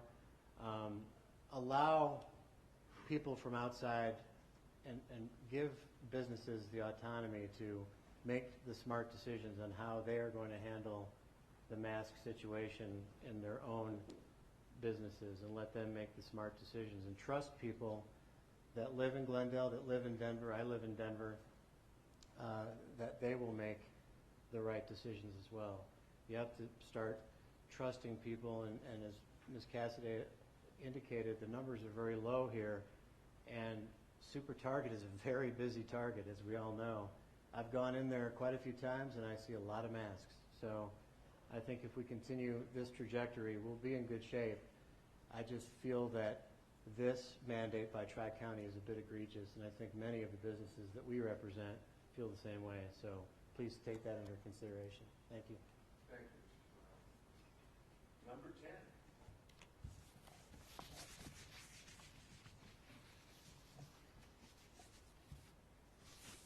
Good evening, City Council, Mayor Donovan.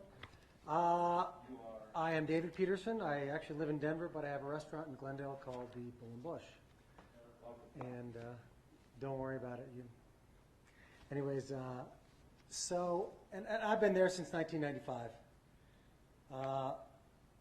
One of the things that struck me was I got a call today, and said, "Hey, go online and go and read the Tri-County amendment that they did." And I read it, and the issue for me I have is, I have a family come in, and who's responsible for policing that? Is it me when they come inside and say, "I need a table for 4," and we're like, "Whoa, I need to see some IDs. Do they all match?" I mean, we have enough going on as it is. I don't need to be the police, the enforcer for this mandate. I make all my employees wear masks. When you come in, you got to wear a mask. When you leave, you got to wear a mask. And I don't have an issue with that. If it makes people feel safe, it's good for me, it's good for business. But to have to police a mandate like this, where it's only one household, that's not realistic. I mean, I think that's what we're talking about tonight. We're not talking about, I'm sitting back there and there's people like, "Oh, you got to wear masks." I don't think that's the issue. I think the issue tonight is this one mandate that talks about everyone has got to be in the same household to be sitting at a table without your mask. If not, you got to separate 6 feet from what I gather.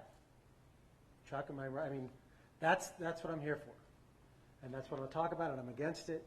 Point out the Tri-County Health. For that mandate, for that one thing, I'm all in favor for it. So I'll make this quick, and that's it. Thank you for your time. Have a great evening. Thank you, Mr. Peterson. Number 11.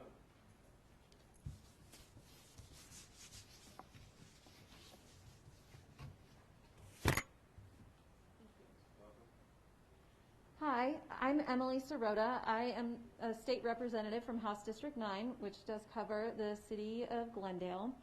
And I am here largely because I was contacted by a number of constituents today who read that Glendale was considering opting out of the Tri-County Health Mask Order and felt very concerned.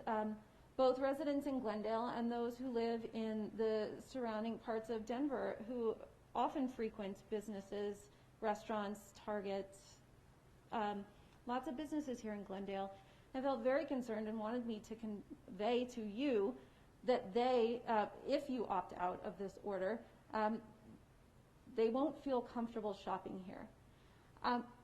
I too frequent many businesses in Glendale. I am concerned that you are considering opting out of this order, and I appreciate that there was made mention the concern about workers. I have a huge concern about workers, and I don't believe that it should just be left up to individual businesses to decide what to do, because that does not protect our workers. And I think that that's made evident by the fact that we have folks here from businesses and the Chamber of Commerce who are coming to tell you that it should be left up to individual businesses, and they're not wearing masks. What does that tell you about what's going to happen if you don't make it mandatory? That's not protecting our workers. That is not protecting our customers and our residents of Glendale and Denver. And so I ask you to take that into consideration. I'm also maybe a little confused because when Chuck and I spoke earlier today, it was indicated that you didn't think that Glendale could pass its own order, but that did seem to be on the table tonight.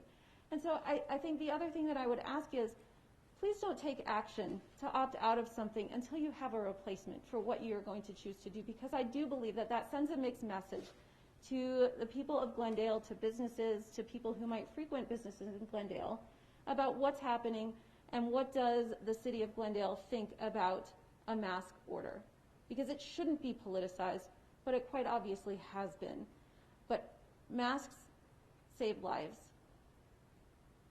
And I think it is critical that the Glendale City Council send the message that you care about the workers of Glendale, the workers of Denver, because you have many Denver residents who work here, and the people who frequent your businesses.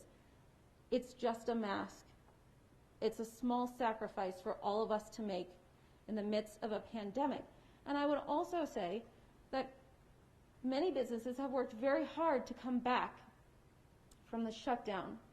And if we are not all taking the precautions necessary, then those businesses are going to end up shut down again. And will they be able to come back a second time if we don't do the very simple thing of just putting a piece of fabric over our face when we go out? Thank you. Thanks for coming. Number 12.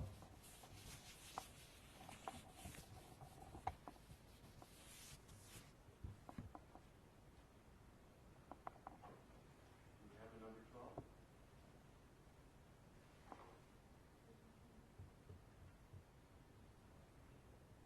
Mr. King, are you number 12? Must be.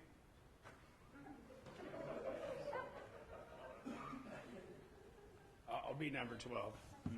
Hi, I'm Ricky King, 16224 East Bellevue Drive, Centennial. I of course, work in Glendale, have for 22 years. I used to be a resident, and I don't envy you all sitting where you're at tonight. Thank you for doing that. Anyway, I just simply said I think people can make their own decisions to do the right thing. As you can see here tonight, most people are wearing a mask, and they're not required to. I asked it, they offered me one at the front door, and I asked if it was mandatory. They said it was not. So anyway, I think people will do the right thing. I don't need another law, unnecessary law telling them that, do otherwise. Thank you. Thank you. Number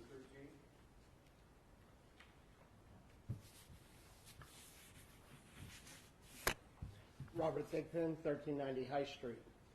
Well, before we get into the Tri-County thing, doing to Mr. Anderson back here before he insulted your honor and council members without their mask on, I'd like to share some pictures of Mayor Hancock without a mask on. Would you like to can you guys share it for some? Okay, very good. See what Mr. Anderson thinks about his own boss not wearing a microphone. Ooh. There you go. With the Tri-County laws that they're trying to put in effect, it's absurd.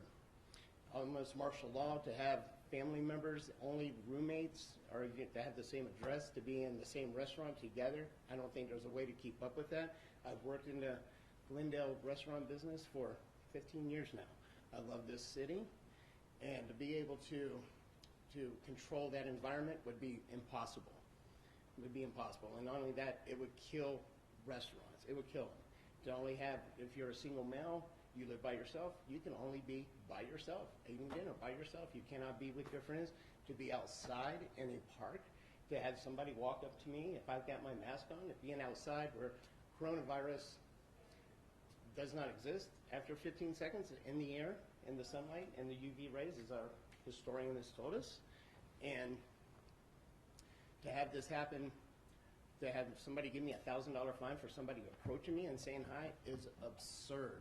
This is crazy. We have to opt out of this thing immediately, and I do not agree with it at all. Thank you. You can put that on the table over there. Yes, sir. Number 14.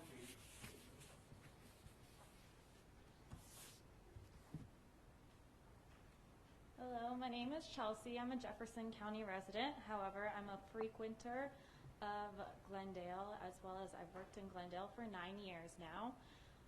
As an employee, I thank you for your concern for the public's health and their opinions and their beliefs. What Tri-County is requesting is a bit absurd. You are asking people, I bring a lot of my business to Glendale personally. I love the restaurants here. You guys are asking me to take my business elsewhere because I cannot meet with people outside of my household. Majority of the residents in Glendale, they they don't live with anyone else. So I would say majority of them are going to take their business outside. That is all. Thank you. Thank you.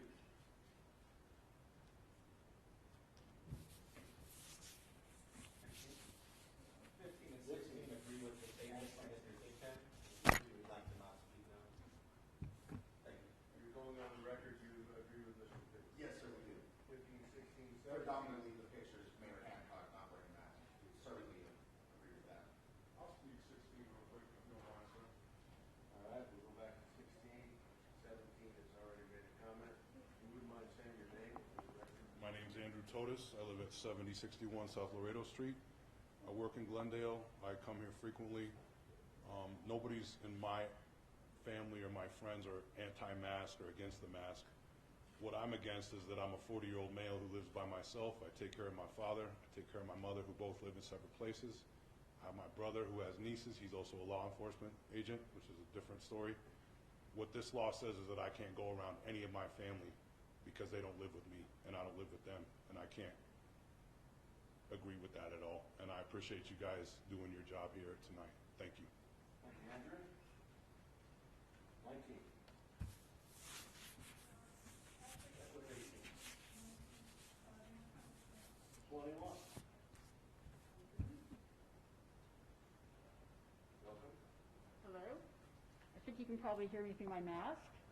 Tell us who you are. My name is Roxanne Susi. I live at 950 South Dahlia, Unit B as a boy. I've listened to your arguments and I'll make my comments really brief. 80% of transmission can be reduced if we wear masks.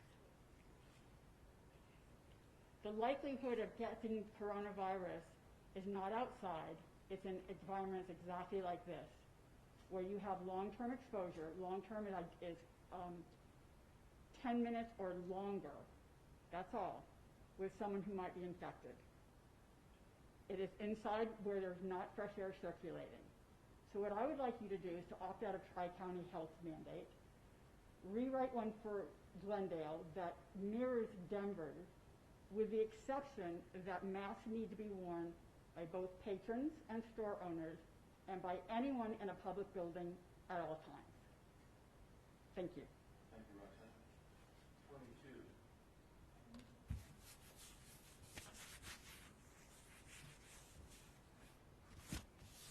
Thank you.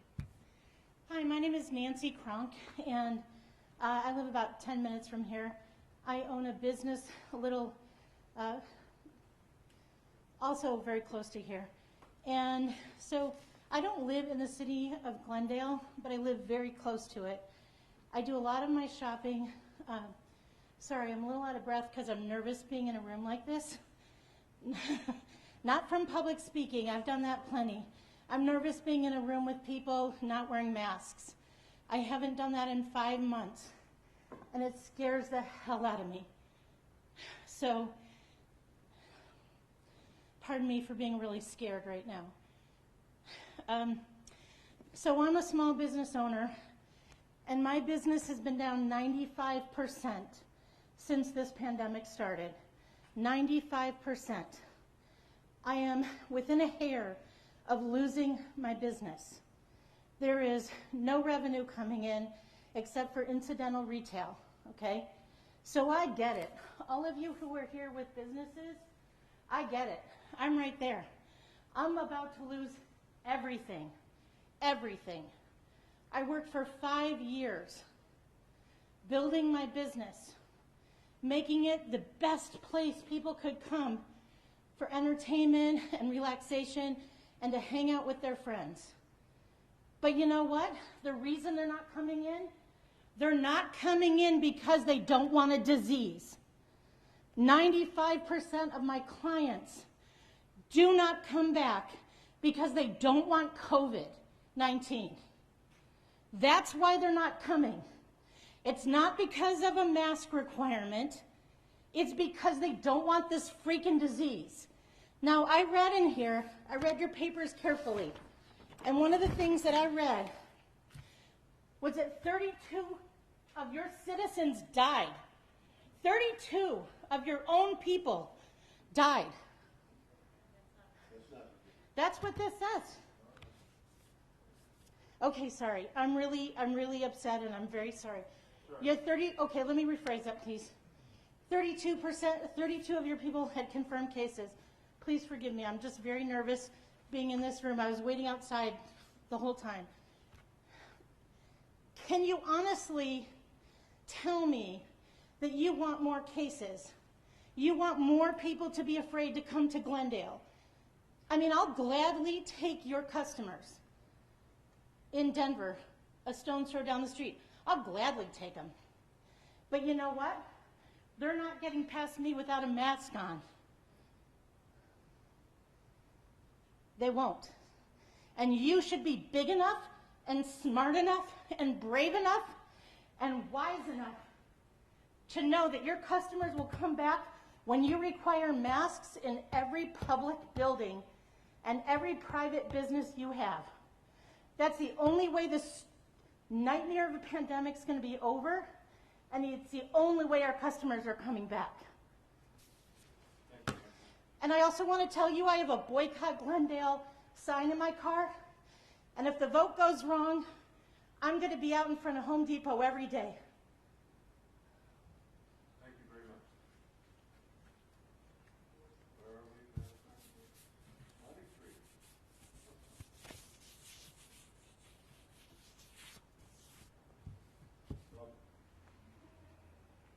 Thank you very much. My name is, so this can breathe easier. My name is Christopher Shiroma. I am not a business owner. I am pretty much lower class. I am also a disabled combat veteran. I spent 7 years defending my country.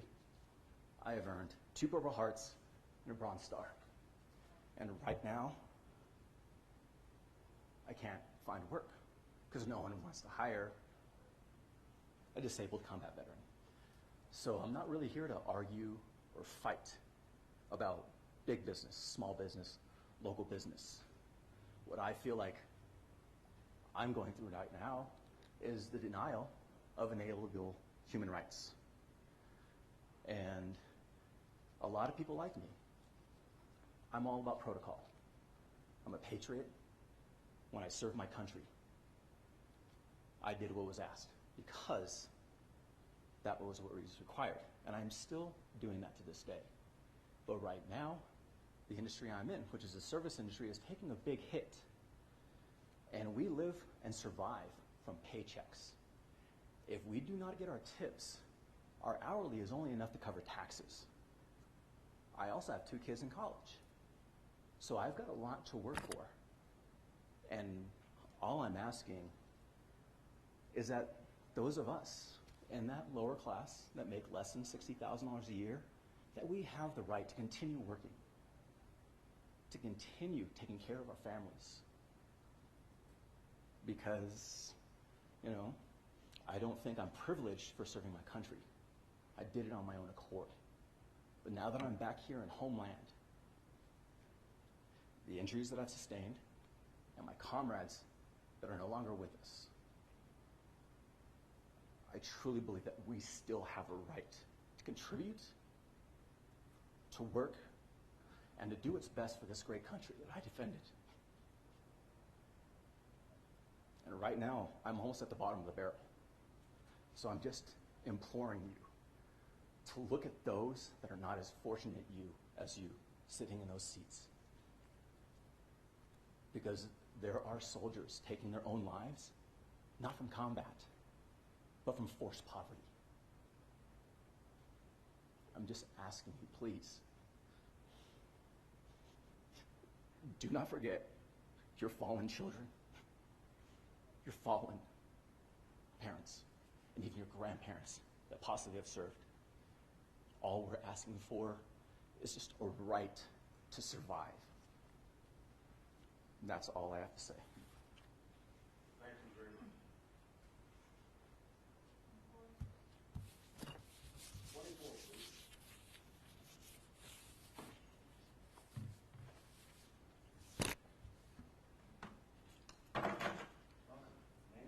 Miriam.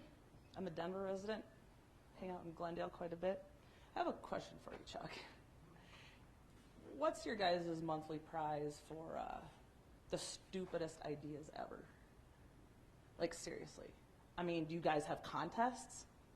I mean, 6 feet away from my best friend, from my roommate, from, I mean, why not 5? Why not 7? I mean, where do you come up with this stuff? It's in the states, I mean, state and tri-county, Yeah, they sound smart. Anyway, the masks are just a symptom of a bigger problem, which is the hoax that is COVID-19. The hoax. It's a hoax. I mean, I just did the math. 1,800 deaths, just under today. 6 million residents, 0.0003%. And we're closing down everything for this? I mean, come on. This is nuts. Anyway, this is my favorite mask. And it works just as well as all of yours, because I wear it to Safeway all the time. So I guess I'll be ordering more of them. Anyway, I'm done. Thank you.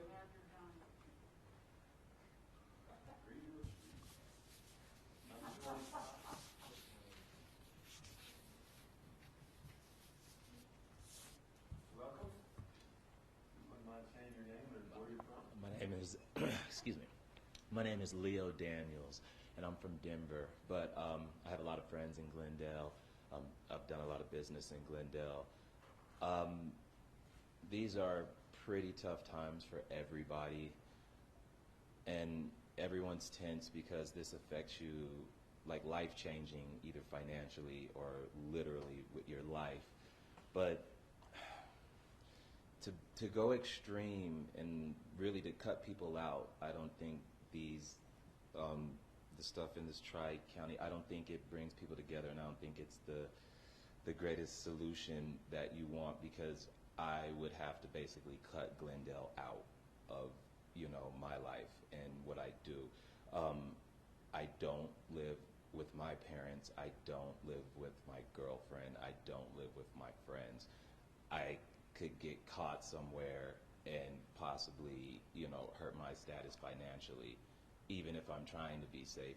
I just think that more thought maybe should go in, something more inclusive that doesn't make people feel like they basically got to chop that out, and isolate the people that want to support, you know, the great city. You're going to isolate them kind of on their own island, with them maybe not being able to see those folks. That might get them through these tough times. I just say, I don't have the solution, so I'm not going to, you know, bash anybody up here, but the one that we're reading, it seems just very extreme, and it seems like it's going to maybe do more harm than good, possibly.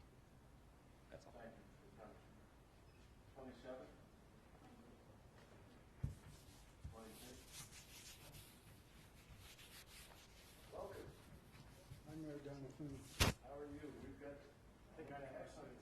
Oh, 26, go ahead. My name is Mark Roberts.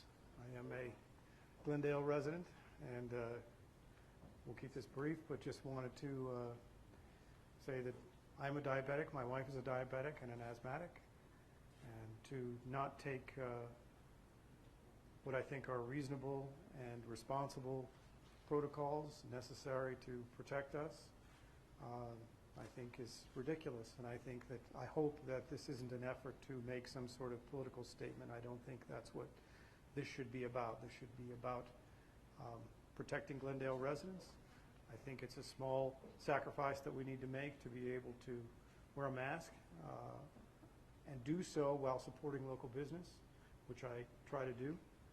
And so, you know, I think those two things can go hand in hand, and I hope that this council recognizes that and recognizes that we're willing to make the sacrifice to make us all safer and take responsibility for what we're supposed to do, which includes supporting local business.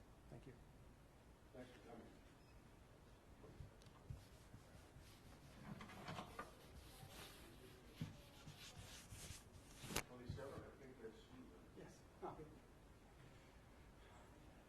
Hi, Your Honor. Hi, City Council. I've lived in Glendale for a long, long time. And Mayor Donovan, you know that I've been against you but when you're right, I'm going to be for you. Okay? So that's it. I don't do what the TV tells me to do all the time. I can walk around this room and tell everybody that is wearing their mask wrong. And yes, you, I will remember you when I vote too. So, I was watching this on the TV and I got pissed. Because this is insane. Walking around with all these masks and stuff. These things are worthless. If you can smell cigarette smoke through your mask, it is not working. I don't know if you got my letter. The coronavirus is 120 nanometers long.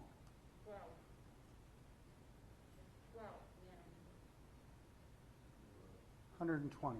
It's bigger. If you can smell cigarette smoke through your mask, cigarette smoke has a higher volume than the coronavirus. So, all this stuff that you've been told about the coronavirus, I totally agree with having the elderly, shop in their hour or two. I don't care. And keeping 6 feet apart. But all these people, I went through all this stuff, and Mayor Donovan, that I can research.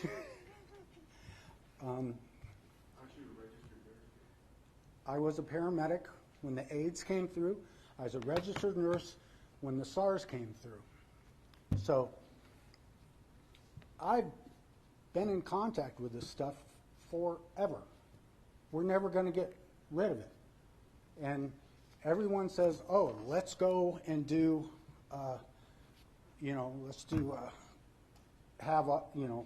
what is it? When everybody gets sick? Herd immunity. How are you supposed to get herd immunity when you're locking everybody in their home? Answer me that. Answer me, has any of those people that made that mask mandate, have they ever taken care of a patient? I doubt it. I've taken care of tens of thousands of patients. Some of them dying of AIDS. Some of them dying of SARS. And did we shut down our entire culture because of AIDS and because of SARS? No. Everybody just went and did their job. We did it well. And you guys are just stressing me. Yeah, you too. You think I'm not mad about this? I was just watching this on the TV. I walked over here, and I don't walk that well. Because this is just insane what you people are talking about. Most of the people back here. I know that some people are against this mask mandate. So I ask you to opt out. Because this is just insane. I haven't even read this stuff, and I know it's insane. I did read the Tri-County stuff. Stop your laughing, little.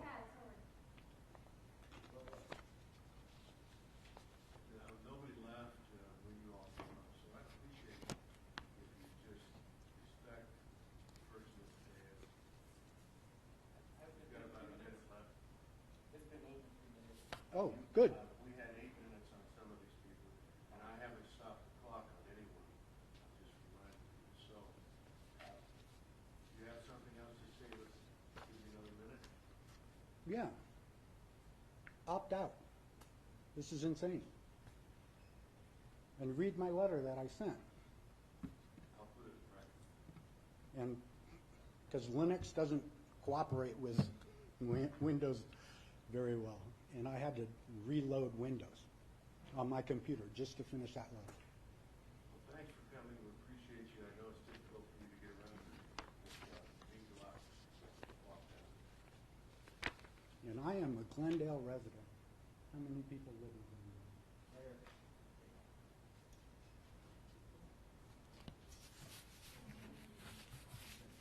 That brings us to the end of this portion of the meeting. For a lot of testimony, we've gone through a lot of issues. There are obviously passions that run very deep on both sides.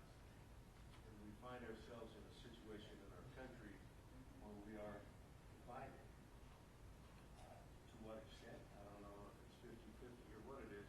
Tonight, basically, it was kind of split down the middle. I think we should be required to actually go out and find the truth. And that doesn't mean listening to anecdotal information. We see a lot of things that are very, very difficult to swallow on both sides of the issue. And I know this body is considering moving forward tonight at some level.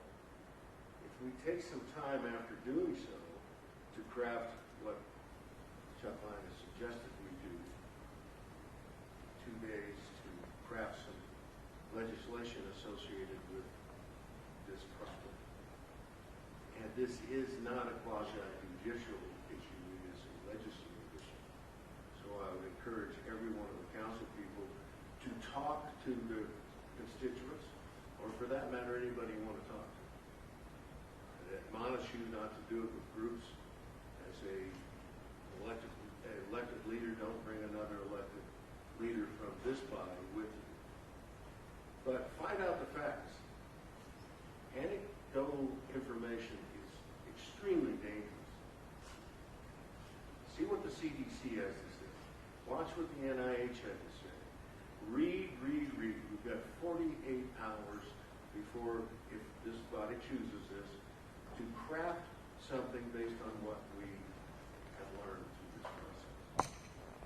Now, we've had a lot of really interesting things tonight, threats of recalls, and those are sorts of things that I would suggest cause animosity and not understanding, which is fine. It's part of the political process. We shouldn't laugh at people when they speak. Hold ourselves to a higher standard than that. We can do that. There's very little of that in the room.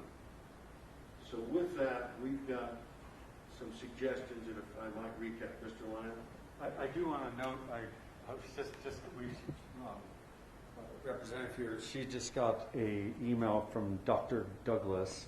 He was, I guess they addressed it late this afternoon regarding the problem on the restaurants, that they didn't intend that in the order. Of course, they haven't put out a new draft of the order, so we don't know how they're drafting it. And it also doesn't fix the other problems with outdoor activities and other things about the household issue, again, around every other activity. However, as we mentioned in their order, we have a date certain that you have to opt out by, but you can always opt back in. So if it's redrafted to a point that is as good as anything that we would draft for an ordinance, then I think we could opt back in and just leave it at that. So I guess you could say ordinance or order, depending on opting, if it's. Only a little jaded. You have to hold a meeting like this and have public testimony, threats, and cajoling by people to get our health officials to act. And frankly, that doesn't make me very happy. We came here tonight, came together to discuss what people think on both sides of the issue, our grave problems that need to be solved. We get an order on a Friday afternoon, kind of like putting out a press release on a Friday afternoon. They know that that press release is not going to be read over the weekend. So we sit back and wait, and these are not elected officials. These are people who have been directed to control our lives without a mandate from the voters. take that into consideration. I'm happy the good doctor communicated with you. Or communicated with our state representatives. And I would also say that a lot of what went on here tonight, there's a transcript of it, you can listen to a recording of it, was misunderstood by what was actually said by the officials and the people presenting. That's a danger that we have in this country because we don't listen to one another. We just hear what we want to hear. We're deeply concerned about a virus attacking every one of us. We all ought to be concerned about them being concerned and find out if they're right or wrong. This is a unique little city where we can hold a meeting like this and not throw things at one another.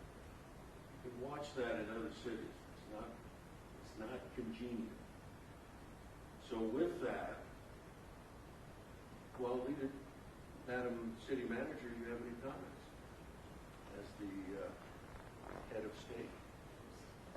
I don't. I think it was interesting to hear all of the points of view tonight, and I think that council has a decision to make, which really comes down to the staying in or opting out, but opting back in, creating an ordinance that creates rules that are better adapted for Glendale businesses, that still could require retail businesses to mandate mask wearing, but that also addresses the needs of our businesses. I'm a little frustrated with Tri-County Health. I was on a call with Tri-County Health in Arapahoe County this afternoon at 2 o'clock, and that would have been a perfect time for Dr. Douglas to say, hey, we have found that there is a problem in our order, and that was not brought up. That's disturbing to me, and it indicates that what Glendale thinks is really not all that important to Tri-County Health. That's disturbing to me. If they really had discovered that there was this problem, that would have been a great call to bring it up with all of the Arapahoe County representatives. There were mayors and city managers on that call. So I think it comes down to council making that decision, whether it's tonight or not. I think the challenge for our businesses is being able to move forward in this kind of no man's land right now. So I think there does need to be some decision about how to move forward, and we will move forward at your direction. It's council's decision. Would you like suggestions, or would you like to make one yourself?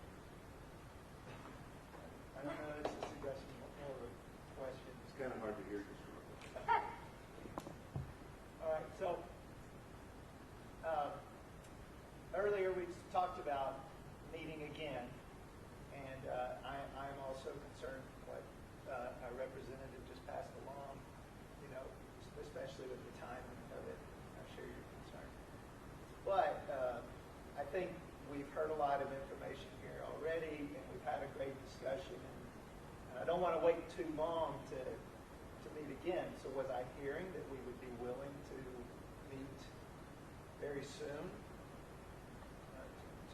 What's our notice of meetings? We could have, at this meeting, you could also call, because by motion, you can call next regular scheduled council meeting to whenever. I think part of it is also deal with your schedule. When we were kind of polling everybody to figure out what their schedules are, I think some of you had vacations scheduled, or possibly going to be out of town, or had other commitments. And again, calendar wars is always a tough thing, and this would be a non-scheduled meeting that's currently on the agenda, unless we do the one in August. So one of the questions would be, is just based on your schedules, would everyone be able to make it? If we did, we could hold one as early as by next Tuesday. Again, before this goes into effect, or like the other options are opting out and intending on having an ordinance then for that first week or first meeting in August. I hope that we can get together next week. I'm really hesitant to opt out of something without having something else in place. I'm happy to adopt a lot of what Denver has. I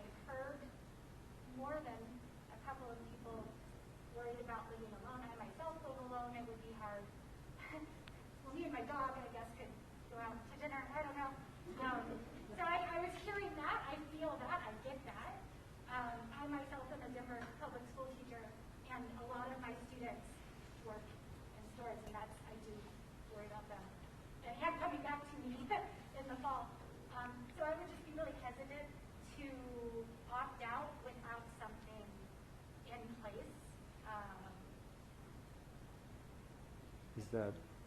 This does not go into effect from Tri-County Health until July 24th. Correct. So if we met on the 21st, this order still isn't even in effect by Tri-County Health until the 24th. Correct. So we could adopt it, but even if we did, it doesn't go into effect on the 24th. Right. So I mean, I think as much as, I agree, I think actually Tri-County was not listening to any of the concerns of the municipalities. But having it be on Channel 9 News and it's being live streamed, I have a feeling that there's quite a few people in Arapahoe County that probably didn't read the order and see how specific it was, limiting it to household size, not only for restaurant activities, which is what Dr. Douglas talked about, that they didn't realize that, they're going to make that change, but also for the outdoor activities and other small activities that I don't believe that they wanted to include, or a lot of people I think would, and especially in Arapahoe County and Adams County, would have an issue with that level of applicability beyond what like Denver's order is or the state's. And so by next Tuesday, actually, there may be actually a pretty good push to have Tri-County actually have a reasonable and well thought of order in the meantime. So that is a possibility. If we did hold a meeting, either I'll come with an ordinance or we would be coming with an actual better order from Tri-County that we wouldn't have to opt out of. That's an opportunity too. If I'm reading the bottom of page 6 of the order, the last, that's the last sentence. Under extenuating circumstances, upon written request, TCHD may grant the county or municipality an additional 2 weeks to opt out. Yep. So we could actually say we want those 2 weeks, which would make it August 7th. Am I reading that correctly? I think, but the challenge is this, and I think a lot of people mention that, like they have a business meeting or have a meeting with somebody in Glendale at a coffee shop or at a restaurant, that if it goes into effect, those restrictions, and then the business has to switch gears and then not have those restrictions if they do alter the order. So, So you're saying on the 24th, even though we asked for 2 weeks later, it's in effect? correct, that's just the opt-out. That's just the additional time for an opt-out, not necessarily for applicability. So, Mr. Lander, Mr. Jackson, maybe do we have to take any action in this? If we're going to meet again next Tuesday, do we have to take any action today? Not, I mean, we can essentially, because this doesn't go into effect the 24th, we don't have to take any action today. except for if you did have to do that, set another meeting. Except to set another meeting. Storm, sorry, go ahead, Derek. Chuck, do you have enough time to write up the ordinance by next Tuesday? Absolutely. Is anybody here available for next Tuesday? Oh, yeah. You're right. Everybody? If you can't make it, is that your question? Who can make it next week? It actually was pointed out to me, and actually it's a good idea, is that you can also adjourn this meeting until next Tuesday. And hold it over? Yeah, hold it over until next Tuesday. Anybody else want to discuss that? The meeting does not have to be closed, it can be held over. During that period of time, you have an opportunity to talk to constituents and one up you, groups of 3. And as I said earlier, I would urge everyone to get the facts about what is going on. Chuck can write a sample ordinance in 48 hours that we can all examine. And I would like to say this about the various health organizations that cram it down our throats. And that this was a cram down. And it's happened every time that we've dealt with these organizations who are not run by elected officials. We're losing the ability in this country to respond to a constituency. We're being told by hidden bureaucrats, someplace, somewhere, what to do and how to do it. And the only time we get any attention is when we have another elected official on the pike with somebody that has the hammer over the top of us. So when we start with one of these debates, we generally don't believe that we actually get the chance to make the decision. And I'm urging this body to do some homework. So we make decisions not based on threats, not based on all of these other, base it on critical thinking, thought, and reasonable behavior. And little laughs don't help at all. So that's totally unprofessional, especially from elected officials. Yeah. So I will entertain a motion. I'd like to make a motion to hold this meeting over until next Tuesday, July 21st, so that the council may do our research and talk to our constituents. Could I add to your motion pending? And pending, so the city of Glendale may craft an acceptable ordinance. Second. We have a second. Motion and a second. Discussion? Hearing none, all those in favor say aye. Aye. Are there any opposed? We are not adjourned. The meeting is being held over till next Tuesday.